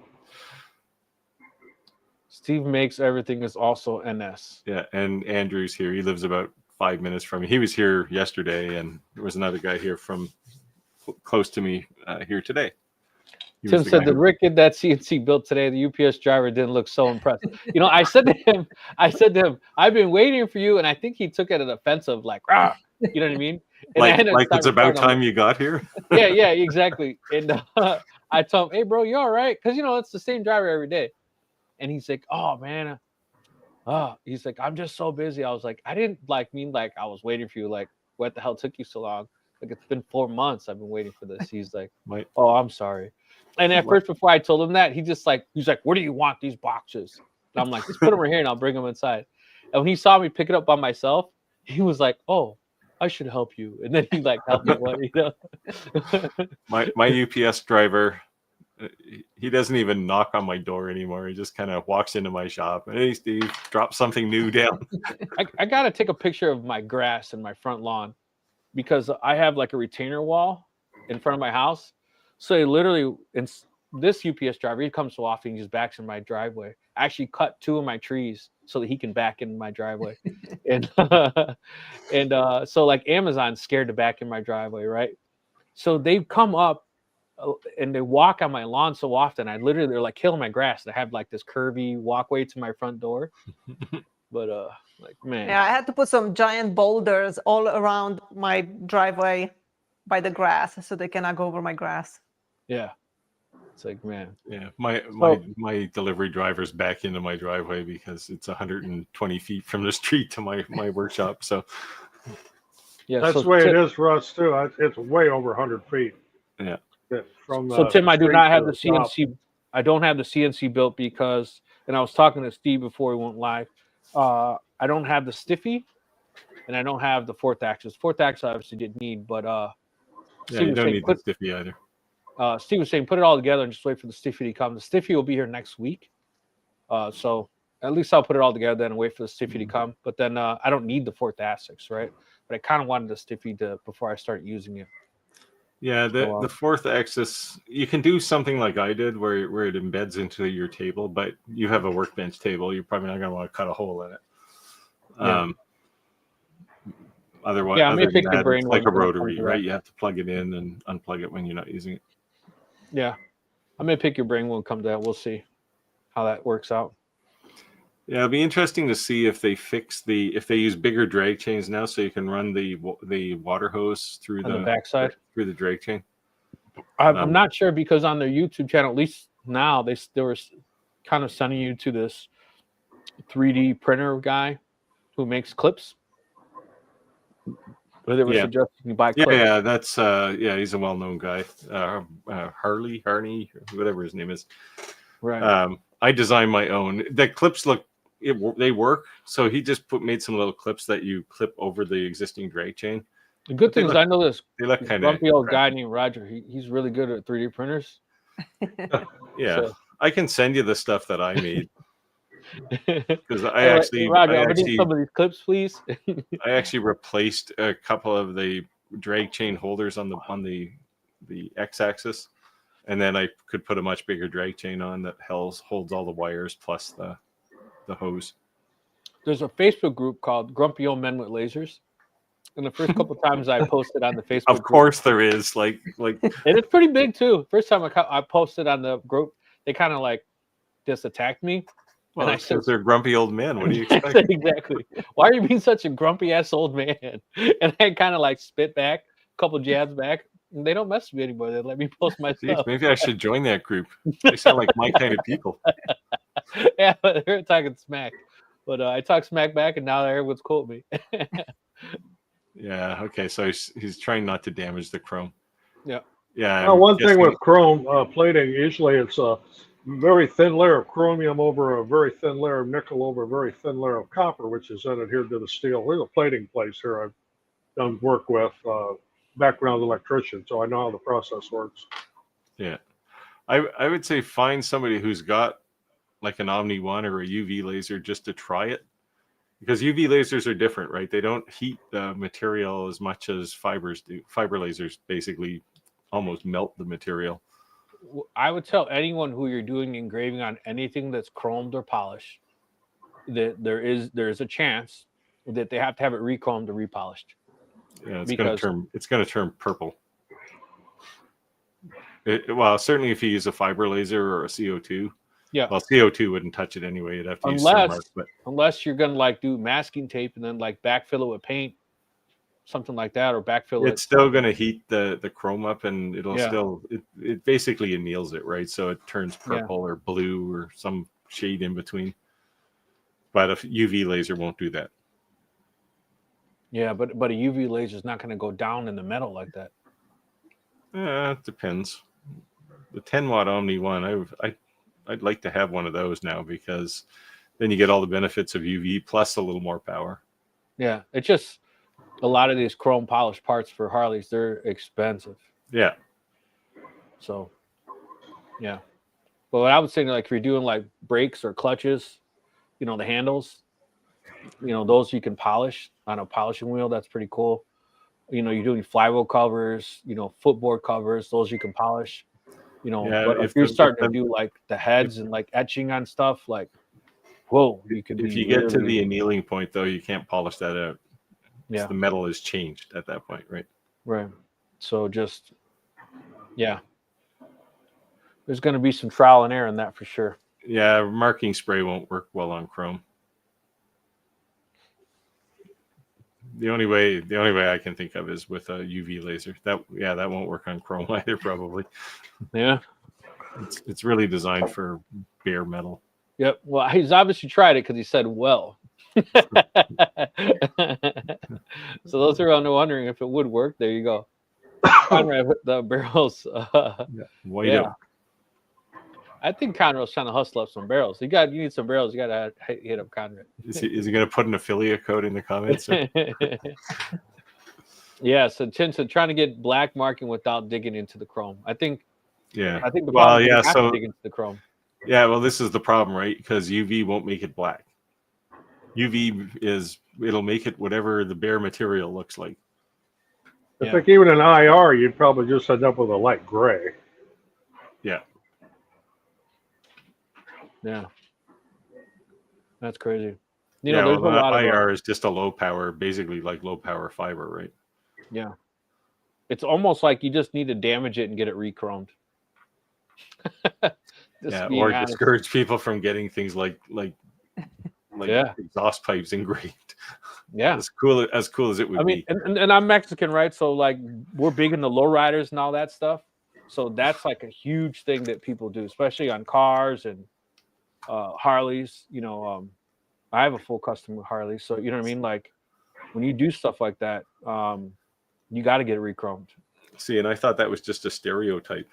Some stereotypes are true. They carry knives too. That you're into a lowrider. Do you play your guitar on your lap like Julio Iglesias does? Yeah, it's true. Hydraulics, all that stuff. I was big in the lowriders as a kid. All that. Yeah, so yeah, for sure. I have a Cholo-looking bike with candy paint job and flames on it. So I have a truck, same thing, slammed to the ground with a candy paint job and flames on it. Gotta have the flames. Yeah. See, this is why you need a UV printer. You can print your own flames. Yeah, when I first got a 57-inch vinyl plotter, my uncles, they owned a body shop, and they do the old school fine line. And I said, hey, you can cut this in masking tape, right? And then it's identical. And they're like, it's not supposed to be. Like, if you've seen imperfection, because it's, it's hand laid. I'm like, it's a one-off. But then it's identical. They didn't like that. You know what I mean? You're trying to sell something bad as a feature to them, right? Yeah, they're like, nah, man. You know what I mean? They do it by hand. It's crazy. Yeah. Dan said, all right, my phone battery is dying. Thanks, guys, for answering questions. I think it's a CNC for sure for me. Thanks, Welcome Dan. to the club, man. Welcome to the club. Come on back. All right, Roger, you're up. Says my AMS light is losing too many spools of filament. I have a YouTube video about it. A better one than the one you showed there. I haven't done anything really specifically different. I could show you what that looks like if I swap cameras here. I'm going to go take one of the covers off. I'll show you what this holder looks like. And I'm doing this while the printer's running, so this is kind of sketchy, but no fear. We need that I'm gonna do some sketchy shit. Sketchy shit. You know what I'm talking about? Oh, I got to take both sides off. Forgot about that. Okay, hopefully that camera, I can't see what that camera is looking like where I'm at. I got a green one and a yellow one here. This is, they're both 3D printed. There's files on Bamboo's website or whatever you call it, where you can, the STLs where you can print these. And the video I did when I made this dry box sort of and everything on here is we'll show how to take one of those apart and pop it apart and put these on and put everything back together again. So Roger, the reason you needed those and it didn't come that way is why? The spools, especially with them being at an angle like this with the top mount, the spools on this side would actually fall off. So the manufacturer literally does not include them, but provides an STL file for you to make them yourself? Right. Now, if you have this, supposedly, if you're not using this type of setup, that won't happen. Or if you are using it, although it can also happen if you're using some other brand spool, that can happen as well. I think that's kind of interesting, right? That they have like a resolution to their own problem, but they're like, solve it yourself. Yeah. Yeah, it's kind of funny to me. Well, this is what additive construction is all about, right? There you go. There we go. Conrad said, I did all HTML in my notepad. Yep. File save as HTML. I did all mine in VI back in the day. Manuel said I started with COBOL in the early 80s. So yeah, COBOL, BASIC, and Fortran. Yeah, so I started in COBOL when I was a CIS major, and they told me, hey, Rick, what? I was doing help desk tech support. I was actually on the government league technical support team. And they said, Rick, you should go do what you're going to school for, not be in IT. And I said, what do you mean? They said, well, how do you know you want to do this? And that's not what you're doing. You should go get a job doing what you want to finish for school. And I got a job writing COBOL for a company and did all kinds of stuff for Northern Trust Bank, Chase Bank, all financial stuff. Banks. It was all banks, yeah. Yeah. And I was like, I hate this. And I switched majors. So it was COBOL was a language from like 65, I think was when it came out. Got used a lot by banks. It's still used by banks today. Yeah, they're scared. And if you were a COBOL programmer today, you'd be making probably $500,000 a year. Yeah. I don't think I can even remember how to do it. Not my minor in college with computer It's just science. like typing English. COBOL is pretty straightforward. Yeah. That to write something in hexadecimal, I don't think I can do that anymore either. That's my native language. Skylar's works rocks. Thank you, Stephen. We'll have to give him a little star for his comment. Yeah. You need some T-shirts now. Yeah. Alan Scooter, hi, ladies and guys. I'm from Oregon. Welcome. Thank you for joining. Cool. Coast to coast. Yeah. So Jim said, had a great weekend. More about new lasers. I'm sorry. had a great weekend learning more about new lasers. Can we get the settings right from .03 to .01? No more scorching SS. Defocus 10 millimeter. Helps slate and UV tumblers more. Yeah. So Jim's been learning his new CO2 galvo. Nice. And there's no matter how much experience you have or you have access to, there are just things you have to learn on your own the hard way sometimes. And that's what Jim has been doing for the last few days. But he's come out with some great stuff. So yeah, the other thing too is over the hump. You make something, you post it online, the first thing everyone says, what are your settings? Right. Yeah. And it's like, even if you had the same exact laser, it's a good start, but your blank is going to be different. And even when you get the same blank, sometimes it's a little different, so yeah, definitely. I've seen two lasers exactly the same manufacturer, model, everything, same power, and the settings aren't the same. I tried your settings for the acrylic engraving on the Omni one, and for me it didn't work. I came out with different settings. So acrylic is a bit of an anomaly, and Clack can tell you too, because his settings were different than mine. There's so many subtle differences from one manufacturer to another in acrylic that you just have to pick one, stick with it, and then learn the settings for that, because it's so finicky. Frank said, thanks all. I need to sleep now. Early AM starts 1:30 a.m. in the UK. Hey, Frank, thank you. Appreciate it. Joining us. Thanks for joining us. Sleep well. I have to say, if you guys are not already a member of our Facebook group, I would highly suggest that you join. If you go to shoptalklive.club, it just automatically forwards it to our Facebook group, so you don't have this big, long URL. I'm definitely impressed with the work that everyone's sharing. We're obviously here on live questions and answer questions you have, but your access to a wealth of knowledge from all different people. We did have a decent amount of people start to comments last week and said the reason they actually liked our lives is because our previous live, how we were truthful and say failures, right? Because there's too many influencers that every laser you bought is the easy button. Every single project that you did was this immediate success.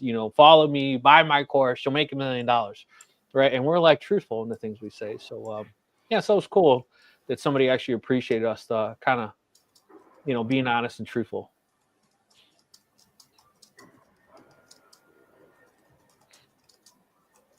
Brandon said, hi, Skylar, just subbed. Thank you. Hi, Brandon. Jim said, I've been trying to do hockey pucks with no luck. Did a defocus on the UV, much better, but I tried a CO2 gavel. It actually removed rubber and will paint. Yeah. So I forget to go ahead. Honestly, the best way to do hockey pucks, Jim, is a UV laser, UV printer. But if you're going to use a CO2 and do it like a deeper engrave, mask it off and then do the engrave, and then you can paint it and peel off the tape after. I forget the guy's YouTube. There's a guy who does massive amount of pucks, and he's from Canada. Of course he is, because it's hockey, man. Yeah, exactly. But I had thought about doing it, but they're just massive. So I would say if you're struggling, search for someone who's actually doing the same type of thing, because obviously that's a pretty unique thing. Yeah. And I would say the material is going to be different too. That's where you're going to be. Yeah, well, hockey pucks are pretty universal because there's actually like standards for them. Well, if it's regulated, right? You're not going to Walmart, right? Well, no, well, there's not that many hockey puck makers, and might not shock you to hear. Okay. So they're all pretty standard. Like they have to be exactly the same weight, right? And the general composition is the same, because usually they put them in a freezer before they take them out on a rink. I thought that was illegal. No, you can do that. You can freeze them. Well, they make them the temperature of the ice usually. Okay. So they slide better. Yeah. Well, so it doesn't melt the ice as it for the first 10 minutes, right? Right. Nice. Well, there you go, Jim. Just, I guess, you can leapfrog by learning from someone else's growing pains. And you'd be surprised when people in the community are willing to help, right? They don't necessarily see you as competition, even though you very may well be. Yeah. But in this case, I had no luck doing them with fiber laser or a UV, or like the Omni One, which you have. And a galvo laser is definitely going to engrave them, but it'll be black, so you'll have to fill it with something. David said, I started with COBOL in the 70s. I guess we're all a bunch of nerds. Old nerds, too, even. Insurance companies, too. Oh, he said, not just banks, but insurance companies, too. Yeah, insurance companies were big on it, too. Good evening, everyone. Hey, Kevin. Hey, thanks for joining. Conrad, I did some 4-track back in the day after speaking and poking in assembly. Yeah, so Conrad's my vintage, I guess. That's the path I took. All I remember about Fortran now is that comments have to start in column 7 for some reason. Tim said, Jim, did you defocus up or down? So that you definitely want to go up. Thank you for the printed comments, Roger. Oh, you're welcome. No problem. I may do something more detailed on that here in the future when I get time. I haven't even made a video here in the last 3 or 4 weeks. I've been so busy. Yes, this is Mexican hams. This is called Modelo. And yes, Modelo too. I have limes here to go with it. So it's authentic. You really need a fridge under your desk. That means you take too long. I got an ice bucket right here. I got a bucket. That's only for champagne. Roger is all set up. Yeah. I bring 3 beers. I figure after that I might start slurring my words. So that's my cutoff while we're live. Have you guys seen the box I was working on for the last 2 days? Let's see it. The snake handle? Or did you make another one? The one that I made with the snake handle sold before I even posted. Like somebody saw it and claimed it, and now they want me to make another one that was a little bit less masculine. Okay. For their niece. So this is the box. Very cool. Oh, that's cool. And this is going to be the snake. I still have to attach it. I put the brass pins in, so that's gonna go like that for a handle. So is that like a female snake? Like what makes it less masculine? I don't know. You want to hear something? It's gonna be like it has dividers inside. Then you can pull those out, and has more storage and stuff. But I did some power carving for the first time. Ended up with this texture. Oh wow, it's cool. Yeah, nice. Yeah, that's cool. So I'm happy with the way it looks. Yeah, and see that's a difference too. Is like I said, a mixed medium, a way of doing things. Just not somebody can carve a copy. The message there is just one tool isn't enough, right? Yeah. Yeah. My son keeps telling me, Dad, we're running out of room. We had so I put this video out yesterday on the basic. We've talked about it here. Whether your passion is making you poor as a maker. I watched your video, and I got into a bit of a discussion with somebody because they argued with me about because I said my passion was designing and making in this case model airplanes from years ago. And his argument was, your passion is your laser engraver. And it's like, no, my laser engraver is like my table saw. It's just a tool.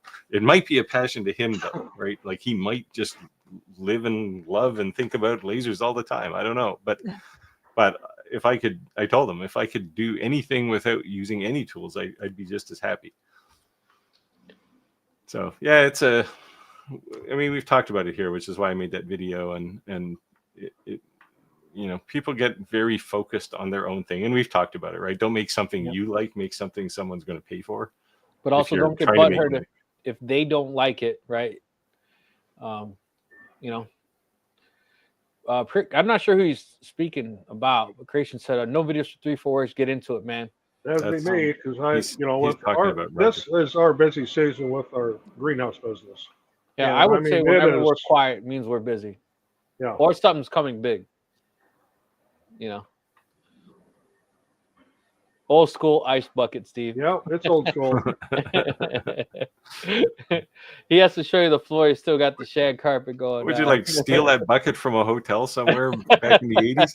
That was actually a wedding gift. My wife and I got married 30 years ago. Wow, and you still have it. Yep. Nice. I don't even have the wife from 30 years ago. I did an upgrade. Well, I did that too, but my first one, that would have been 50 years ago. So Okay. Jim said, up. I don't know why they said don't call it up focus or down focus. It's just, well, yeah. Yeah, I guess it could be misleading and twist on words. Well, yeah, we just call it defocus, right? usually that's up though. Yeah. Is one tool ever enough? no, No. It's definitely widening your horizon. One laser is not even enough. Yeah. You said I love that. What tool did you make the carve with, Skylar? I used the Arbortech power carver and used the little bowl attachment. Very cool.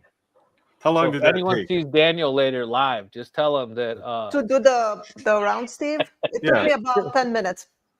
For the whole thing? That's pretty quick. Yeah, 10 minutes and then another 10 minutes of sanding. I was going to say you could do that on a CNC, but you wouldn't do it in 10 minutes. It would take you 10 minutes to set all that up. No, this one goes pretty quick. It's like carved so powerful that you just like dab it, and just move along. Just the hardest part is to try to go where it's not too symmetrical. So there you go. That answers V's question. She said, do you sell the pattern? There is no pattern. It's just a ball you just touch to just random dropping the bit on a piece of wood. Yep, I'll show you what it looks like.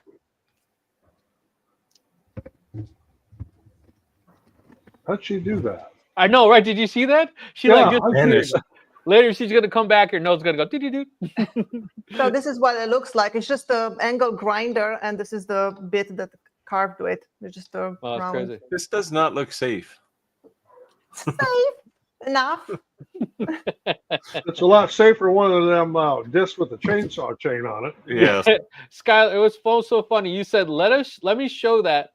And for whatever reason, like your footage didn't show you walk away. You just disappeared. Yeah, just boom, like a Like genie. So I said, when you come back, your nose is gonna go doo-doo-doo. There we go. Conrad said, my scroll saw might not last long. I get a handle on this laser. Yeah. Scroll saws still have their place. I still have mine. I still use it. If I could choose between a laser and a scroll saw, I'll keep the scroll saw. Well, I have a scroll saw sitting under my bench that I would love to give to somebody. Anytime I saw Andrew on. I should have offered it to him the other day when he was in my shop. If I do things thicker than say 5/8 of an inch, especially when it's 3/4 on up, it's on the scroll saw. It's not on the laser. My scroll saw has literally not. I've moved 3 times, and Which it scroll saw has do you literally have? not been plugged in for 15 years. LTX Design said, Rick, you should show Roger my new printer plate compared to the bamboo. Oh my God. I don't know if you guys saw this on our Facebook group. He was making some of the 3D print designs, like even for the dust collector for the CNC, and he does some pretty cool stuff. Mm-hmm. Yeah, so he said, when I told him, I remember I mentioned that I bought that. I wanted the dust collector was from the rear of the router because I thought if I was filming, or I just thought just the way it would collect would be better versus just up front, because so many people when they're doing it, they're taking that off because you can't even see what you're making because it's kind of covering it.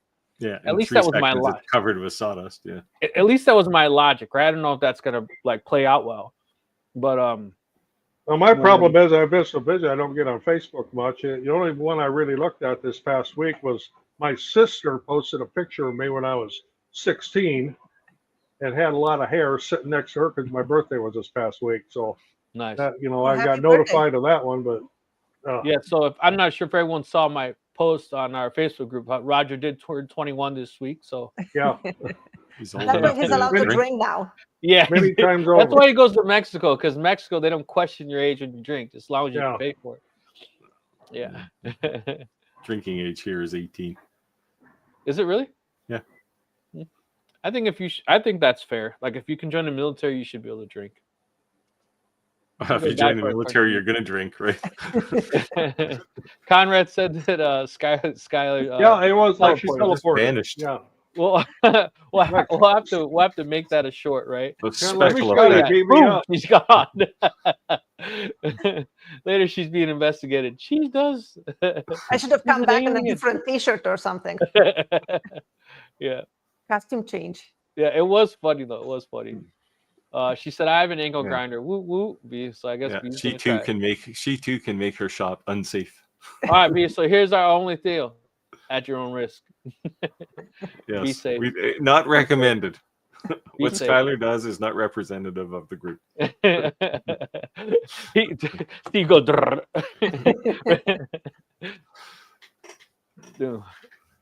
Yeah. Next week we'll start with a waiver at the beginning of the. Yep, I have a DeWalt scroll saw. That's what mine is. Mine is. I have a Pegas, but I had problems with it since I got it. Yeah, I wanted one for so long, and then when I got the laser, I thought like I don't need it. Yeah. But I do want a bandsaw. Yeah, I want a bandsaw too. Yeah, I do want a bandsaw. I have a bandsaw, but it's not a floor model. It's like a bench model. Yeah, I want a floor model. Yeah, I'm looking at the table saw first. I have to make a call on that. Prices are going to go up soon because of tariffs, but so I have to decide. So I heard, because my wife wants to go to Canada to visit family, that they're looking at our phones now, and if you have political stuff, they can refuse entry, think you're like whatever. Yeah, they don't look coming our way. They'll look going back. Most Canadians, when they travel to the U.S. now, get a burner phone.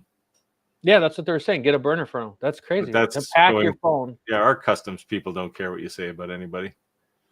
That's crazy. You can go to our prime minister and tell him you think he's an idiot to his face, and nothing would happen. Don't throw rocks at him, though. He'll go to jail. It's been done by somebody.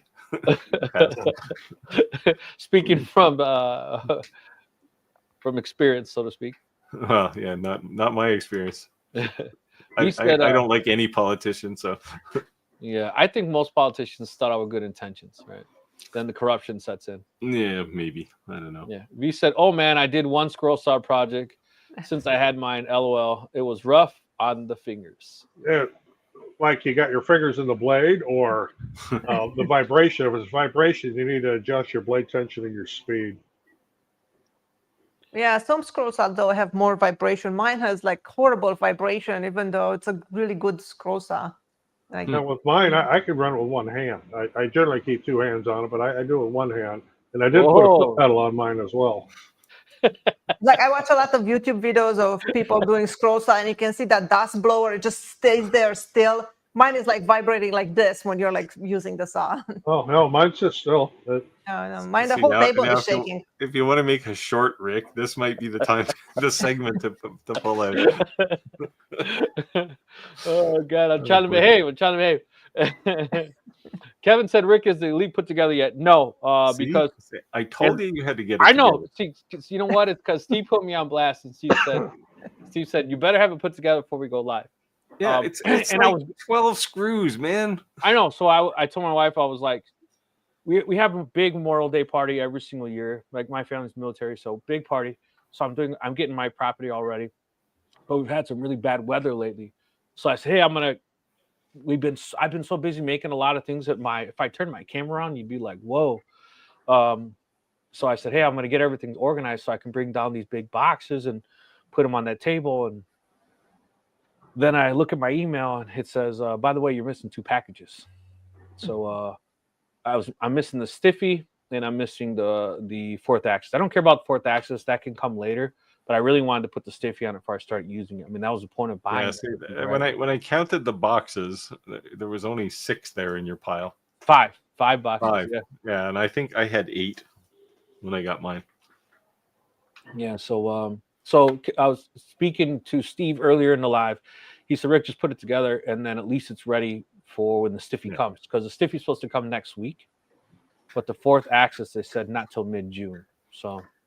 yeah, it's super easy to put together. Like you put in one corner on the Y rails, put one bolt in, run the X-axis to the 2 mounts for the X-axis onto the front, drop the X-axis on there, put one in the other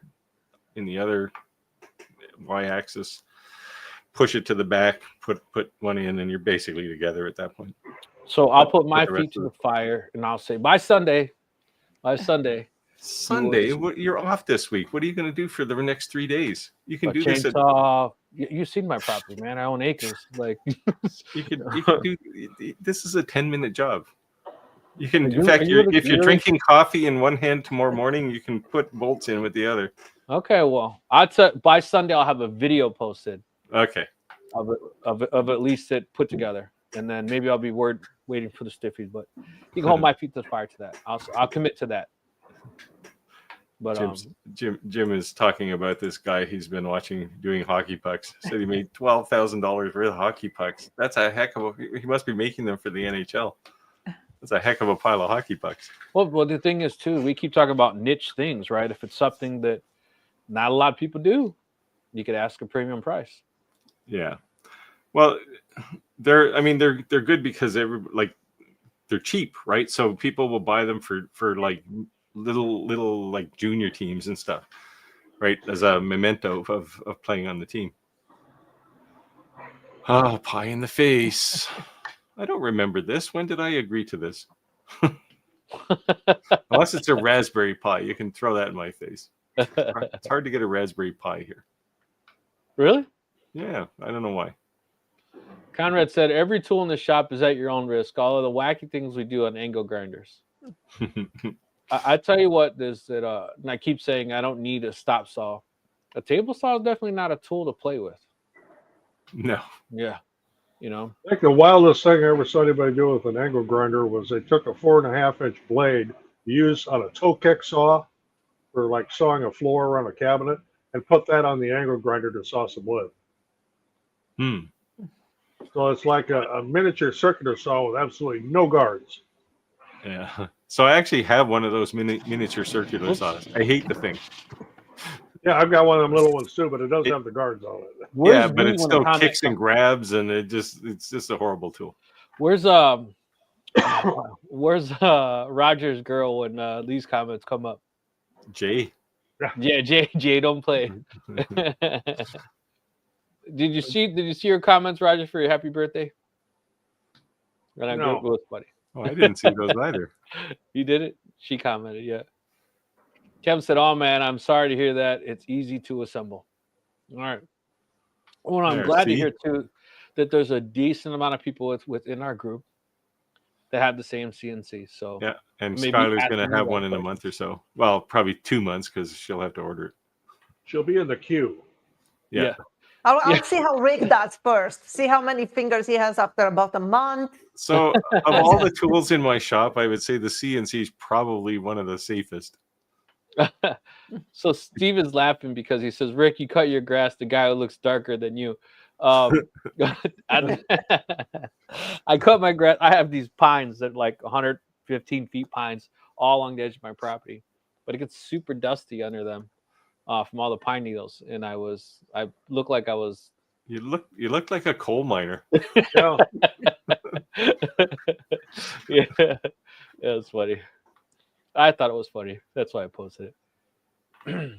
He said, I think I didn't have the blade tight enough. Yeah, that's one thing I can make. The other thing is if your speed is either too slow or too fast, depending on what you're cutting. You can get an app that measures the vibration and put it on your table of your scroll saw. And then the dial that has the speed, keep increasing it and decreasing it, and you will see what point has the least vibration. Mine is just a little bit off the max. That's crazy. Look at technology, man. I wouldn't even think that's something that exists. I wonder if it's like lost a counterweight or something. That's crazy. Oh, mine is like I said, mine is really smooth.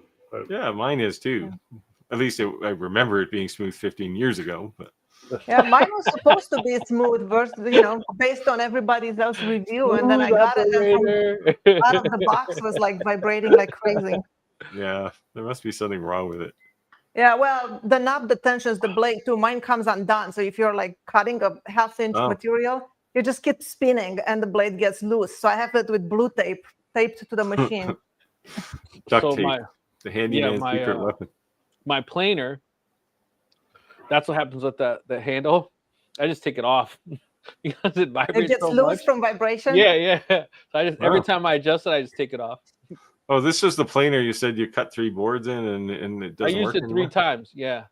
So it's like, oh man. I have to change the blades on my planer. I'm not looking forward to that. Do you have single blades or are they all the little square ones? Single. You don't have I'm gonna eventually. I didn't want to change it to helix blades because those, when they get dull, it's so much harder to replace them because if you don't get them set properly in, and a little bit of dust or something is there, then I feel like you're gonna get scratches and chips. They're not that bad. They first of all, you get 2 uses out of them because you can turn them around, but they kind of lock in place. They're not bad. Now, the next time my blades get dull in my DeWalt planer, I'm going to switch to a helical head in it. Yeah, mine's helical. Yeah, mine are still the blades. I still have 2 other sets of brand new blades, so it's gonna last me for a little longer. Yeah, especially. And you can reverse them too. I love Harbor Freight. I will never talk smack about Harbor Freight. All I say is that I think they're very transparent. That their prices are adjusted well enough that you know what you're getting. Yeah, we got 2 of them around here, but they're called Hobo Freight. Yeah. Yeah. That's the low end of Harbor Freight. Yeah, I have the Harbor Freight full drill press, the full stand. I have a Harbor Freight. They have tiers though, right? They have like 3 tiers, and the top tier is pretty good. Yeah, like the dust collector is amazing.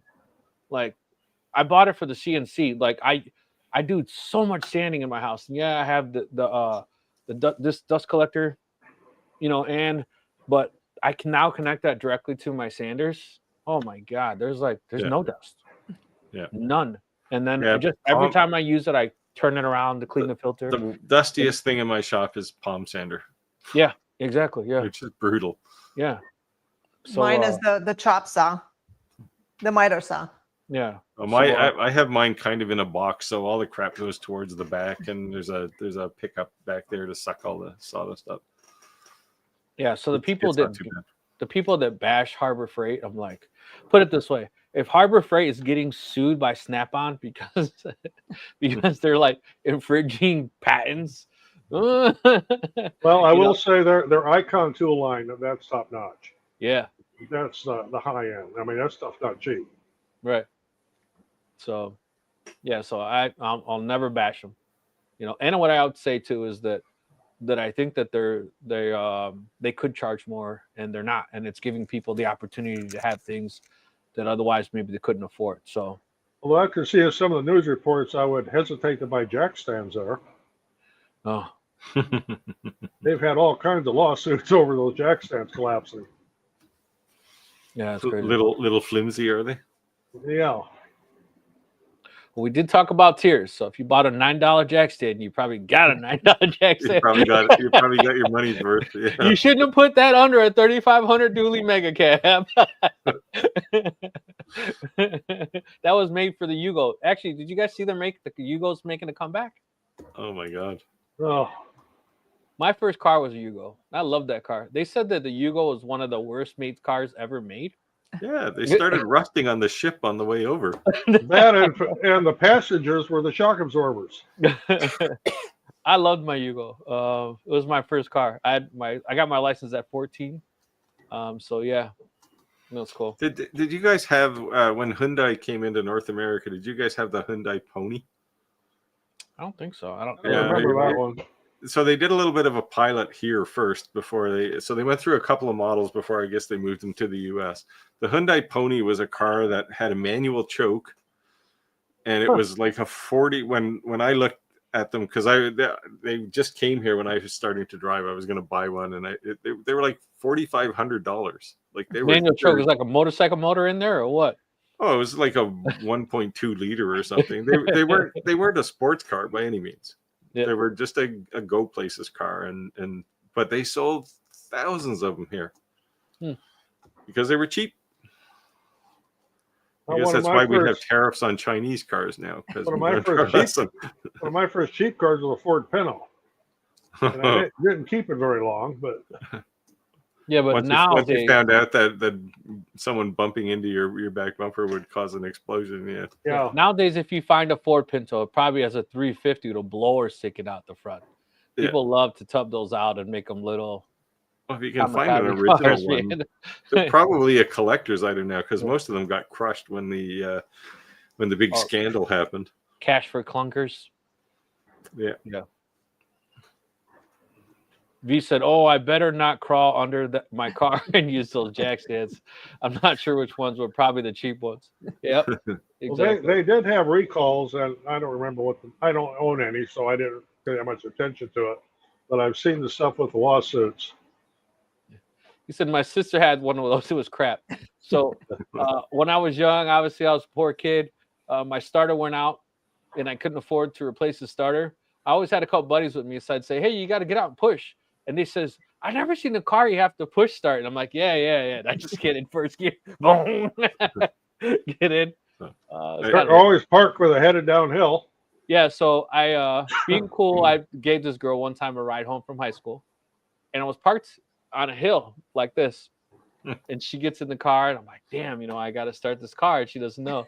So I put it in neutral and let it roll back, and I hit it in gear and started it. And she says, "Why's your car jerk like that?" I said, "Oh, It was funny, though. It's a feature. Yeah. Andrew says his sister had a one of these. I assume he's talking about the pony. Yeah. No, the pony. We never had Yugos here. But a pony. Yeah, they were crap. They were very thin metal. That's funny. But they sold a lot of them. Yeah, Pintos barbecue on wheels. Yeah, we had those here. 72 Pintos were the bad ones. They only lasted like 2 or 3 years, right? 72, I think, was the first year. So it's spring or summer approach. Spring's here, I guess. Summer's approaching. Is there any? We always talking about seasonal items, things that are not going to sell long, but would sell fast. Is there anything that you guys would recommend that anyone make, especially as a beginner? No, you're always talking about seasonal things. I actually have something coming up that I'm doing that's actually they're pre-sold, and it's sublimation on tumblers, and it's patriotic themes with the flag and 4th of July, and I've already got 30 of them pre-sold. I got to find time to get them made here, but I heard garden stakes are a hot item. Yeah. I've never sold one yet. I actually did. I made this box to give the whole entire whatever I made so far to my wife. Look at this. So you need to watch my video. Maybe it's time to make some small pivots. I said, "Here, you can have this." Nice. Take all these. Wow. Use them in the garden. That's a big garden. Yeah. So I had them all over my workbench. I was trying to clean my workbench, and I said, "What the hell am I going to put these in?" And they're so heavy, they would just blow out the bottom of a cardboard box. So I just made this box really quick.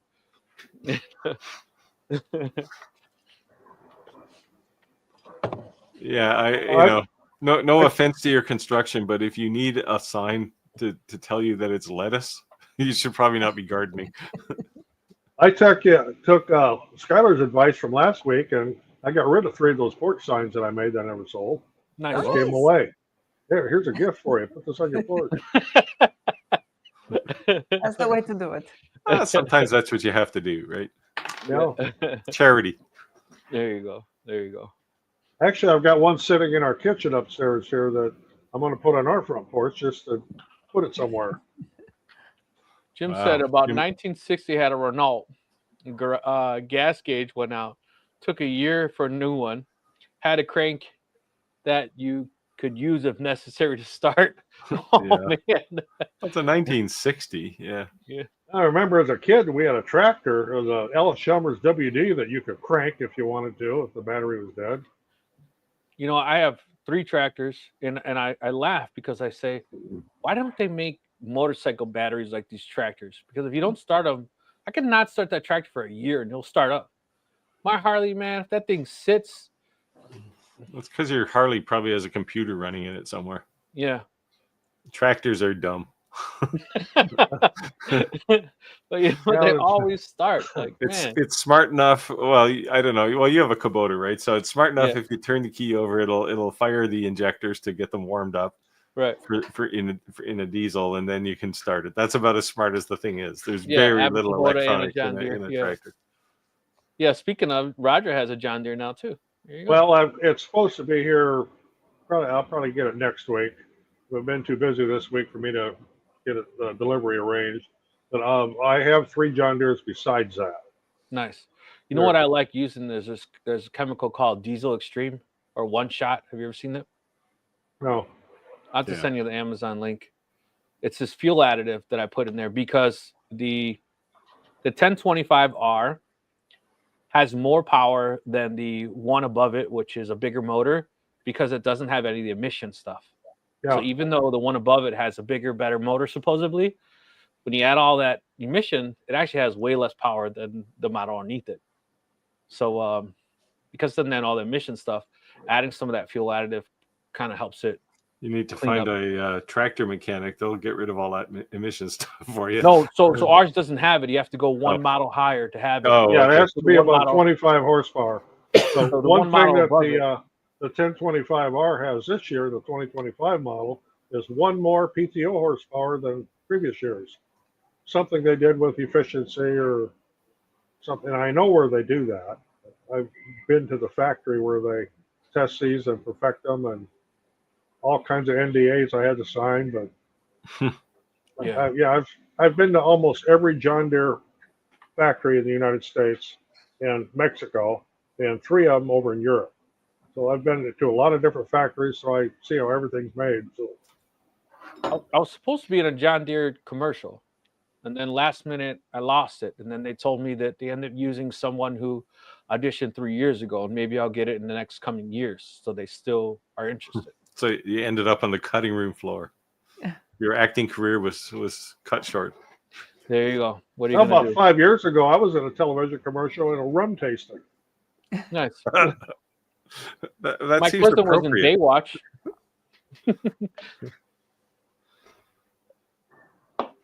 Yeah, my cousin was in Baywatch, and my grandmother's cousin's pretty famous. You may have seen him on Chips. Chips? You got to be old to know what that show is. It's my grandmother's cousin. Yeah. The white guy is your grandmother's cousin? No, come on, man. But you're going to say, I'm sure you're not going to say Pamela Anderson was. Yeah. Oh, go ahead. Flack says around his place, the tractor doesn't sit still that long. Too many trees falling. Yeah, well, I guess you get some big storms there. He's got a Kubota, bigger than mine, of course. Do you hear that often, Steve? No, not with tractors. So not with tractors, at least. Once I get mine here, I'm actually going to do some videos on it because there's some add-ons I'm going to put on there and stuff like that. So I'll probably do a few videos on the new tractor. The best add-on I put on my Kubota was I have a quick release for the bucket on the backhoe. And I have a tree root cutter that I can clip on there, and that works amazingly well. It's just basically a really ugly looking saw blade. And you just poke it in the ground and yank it, and it'll just cut the roots right off. So I've seen that. I've seen that. Works well. I was excited about having the bucket to do my driveway because it's over 100 feet long. But with the stock filter, that thing sounded like the engine wanted to explode, like bop, bop, bop, bop, bop, bop, bop, bop, bop. And I changed it, so I went to the auto parts store and just gave them the filter, and they gave me not the John Deere, but an equivalent one. And since I've never used a John Deere fuel filter, that thing runs so different, way better. That's why you use original equipment parts. No, I'm saying the original equipment sucked. Oh. It was like like starving for the fuel, especially when it was thick. When it's freezing, because diesel will freeze. So it gels up. Yeah. So that would be the first thing I would do, Roger. And they give you these lights and they stick them on the outside and they stick way out. So every time you pass a tree, you break one off. Yeah, I replaced both of my signal lights on the back. Well, I'm going to put guards on mine, but I don't have any place where I'm going to run into that problem. Well, there's holes on the inside. I just bought brand new ones. I'm literally just going to flip it and put it on the inside, and the bar that goes over you. I didn't have holes on the inside of my RUPS. Yeah. Crazy. Skylar, do you have any tractor stories? Sure. My husband was doing some work on the tractor, and I got outside of the shop, and I saw the tractor was on 2 wheels like this. He was trying to get some gravel, and he lifted up too high, and the tractor just tipped. He was just like stuck on 2 wheels. Yeah, that's when you drop so the many really people, quickly. That bar. I see so many people put that bar down. I just always leave it up. Yeah, you know why people put it down? Because it's about an inch taller than the average garage door. Yeah, you'll come to a sudden stop. Yeah. Every now and then I've caught a branch though, and it like lifts you like, whoa, you're like, that's a strong branch. Back up. That's crazy. But yeah, I guess I said a couple years ago I made a video and I says, when you're 20, this is how you shovel your driveway, and it showed a shovel. I said, when you're 30, it showed how you shovel your driveway, and it showed a snowblower. It said when you're 40s and your 50s, this is how you shovel your driveway, and it showed a tractor, right? But you know, you mature, and maybe your wallet gets a little thicker. You can afford some things and make your life a little easier. When you're in your 60s, it's somebody else's tractor. I'll still be doing my own, and I still do it, but I still do mine too. It's more to get outside and get a little fresh air in the wintertime. One of the things I actually looked at seriously when I bought this new tractor was having one with cab on it.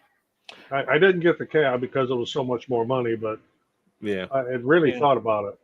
Yeah, I assume winter at your place is like winter at my place. It doesn't matter which direction you blow the snow; it's in your face. Yeah. Dan said, "I'm back. Do you have a sawmill? If so, what kind? I've been using mine for 26 years, and about 100,000 BF to work with. I kept best for myself. I retired this year." Oh, good deal. No, I do not have a sawmill. But... Clack, you want to comment on this one? Clack's got a sawmill, yeah. Yeah. You know, I keep looking at we're talking about Harbor Freight. Harbor Freight looks like a pretty decent one. Yeah. I saw a review for the Harbor Freight one. It was compared with the other one, the red one. I don't remember the brand.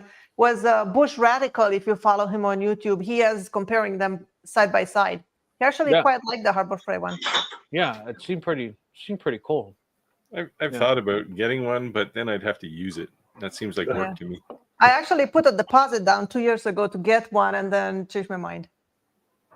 Well, now you I have put a that money deposit to buy down your on a CNC. Tesla, then I changed my mind. Why? Clack came back on here. So. Clack said, sawmills are rewarding, but lots of work too. I have a wood miser. That's the one I put the down payment to. Yeah, that's the one. I've heard good things about those.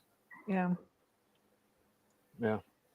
I think it's cool. Like the whole idea of milling your own wood, and that's cool. When we moved here, our property, it's about 8 acres, and it was all pretty much forest. We took down half of the acreage on trees. So we're like, oh, it'll be so cool if we can mill our wood and whatever. And I was like, you know what, let's get it out of the property and start building and doing things. So yeah, I did the same. You can always get somebody with a wood miser to cut it up for you and bring it back.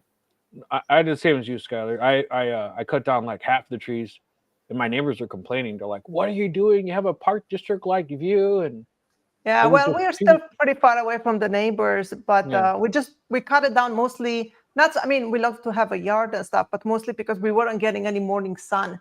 So we were trying to keep cutting and cutting until we got some morning sun. Yeah, the same problem. Just all mud. Yeah. There are reasons not to have trees too close to your house. Yeah. A lot of people here discovered it when there was a 4,000 acre forest fire 2 years ago. Yeah, I kept the big trees around the perimeter, but I really cleared out a lot of my property, but I cut down a lot of trees. We cleared 4 acres, and we left all the trees on the sides and then in the back.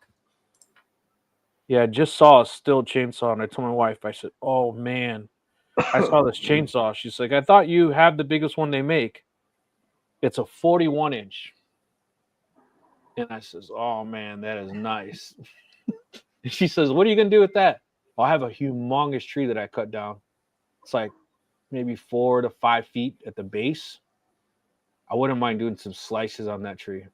I have a really nice chunk of ancient red wood that I bought on an auction, And the thing weighs like 80 pounds, but it's like 6 inches thick, and it's, I don't know, 48 inches long. And I kept it down for like almost 2 years. I'm like, how am I gonna mill that? Like, I don't know what to do with it, how to break it down.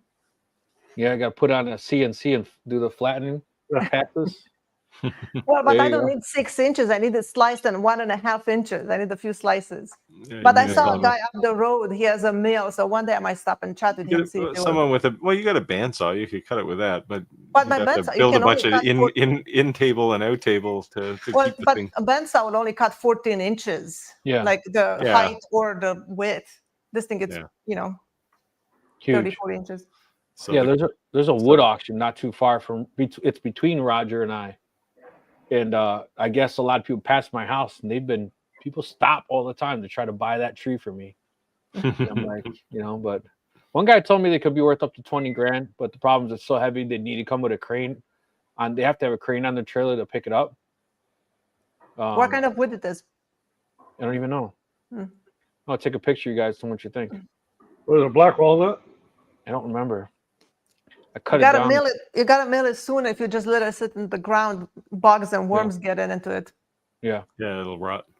Yeah. Clack says the Clack Shack walls were built with logs he cut. That's awesome. I wouldn't call it a Clack Shack then. I'd call it like something nicer. Although Clack Shack's a pretty catchy name. Dan said that's what I got at Wood Miser. 60 acres to go with.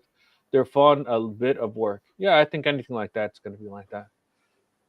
But definitely, if you're looking to go down that road, it's probably because you know that you're going to make some very creative things, and that's a long haul road, right? There's definitely going to be a learning experience along with it. Well, yeah, because cutting it's not enough, right? Then you either have to let it sit for a couple of years, or you need a kiln. So then you're looking at something else, and a rabbit hole. Yeah. Here we go. It's another gateway drug. Here we go. Yeah. Well, guys, looks like we're at time. It's 8:32. I just want to thank you. Appreciate everyone who joined our live today. Good questions, good conversations. And it's good to see the same faces and some faces you haven't seen in a while come back. You guys want to see new faces? Yeah. All right. I have nothing exciting to say. I have neither. A lot of work to do tomorrow. Yeah, I do too. Good night, everyone. Yeah, see you next see y'all next Cheers, week. Tyler. See y'all. You guys are. Bye.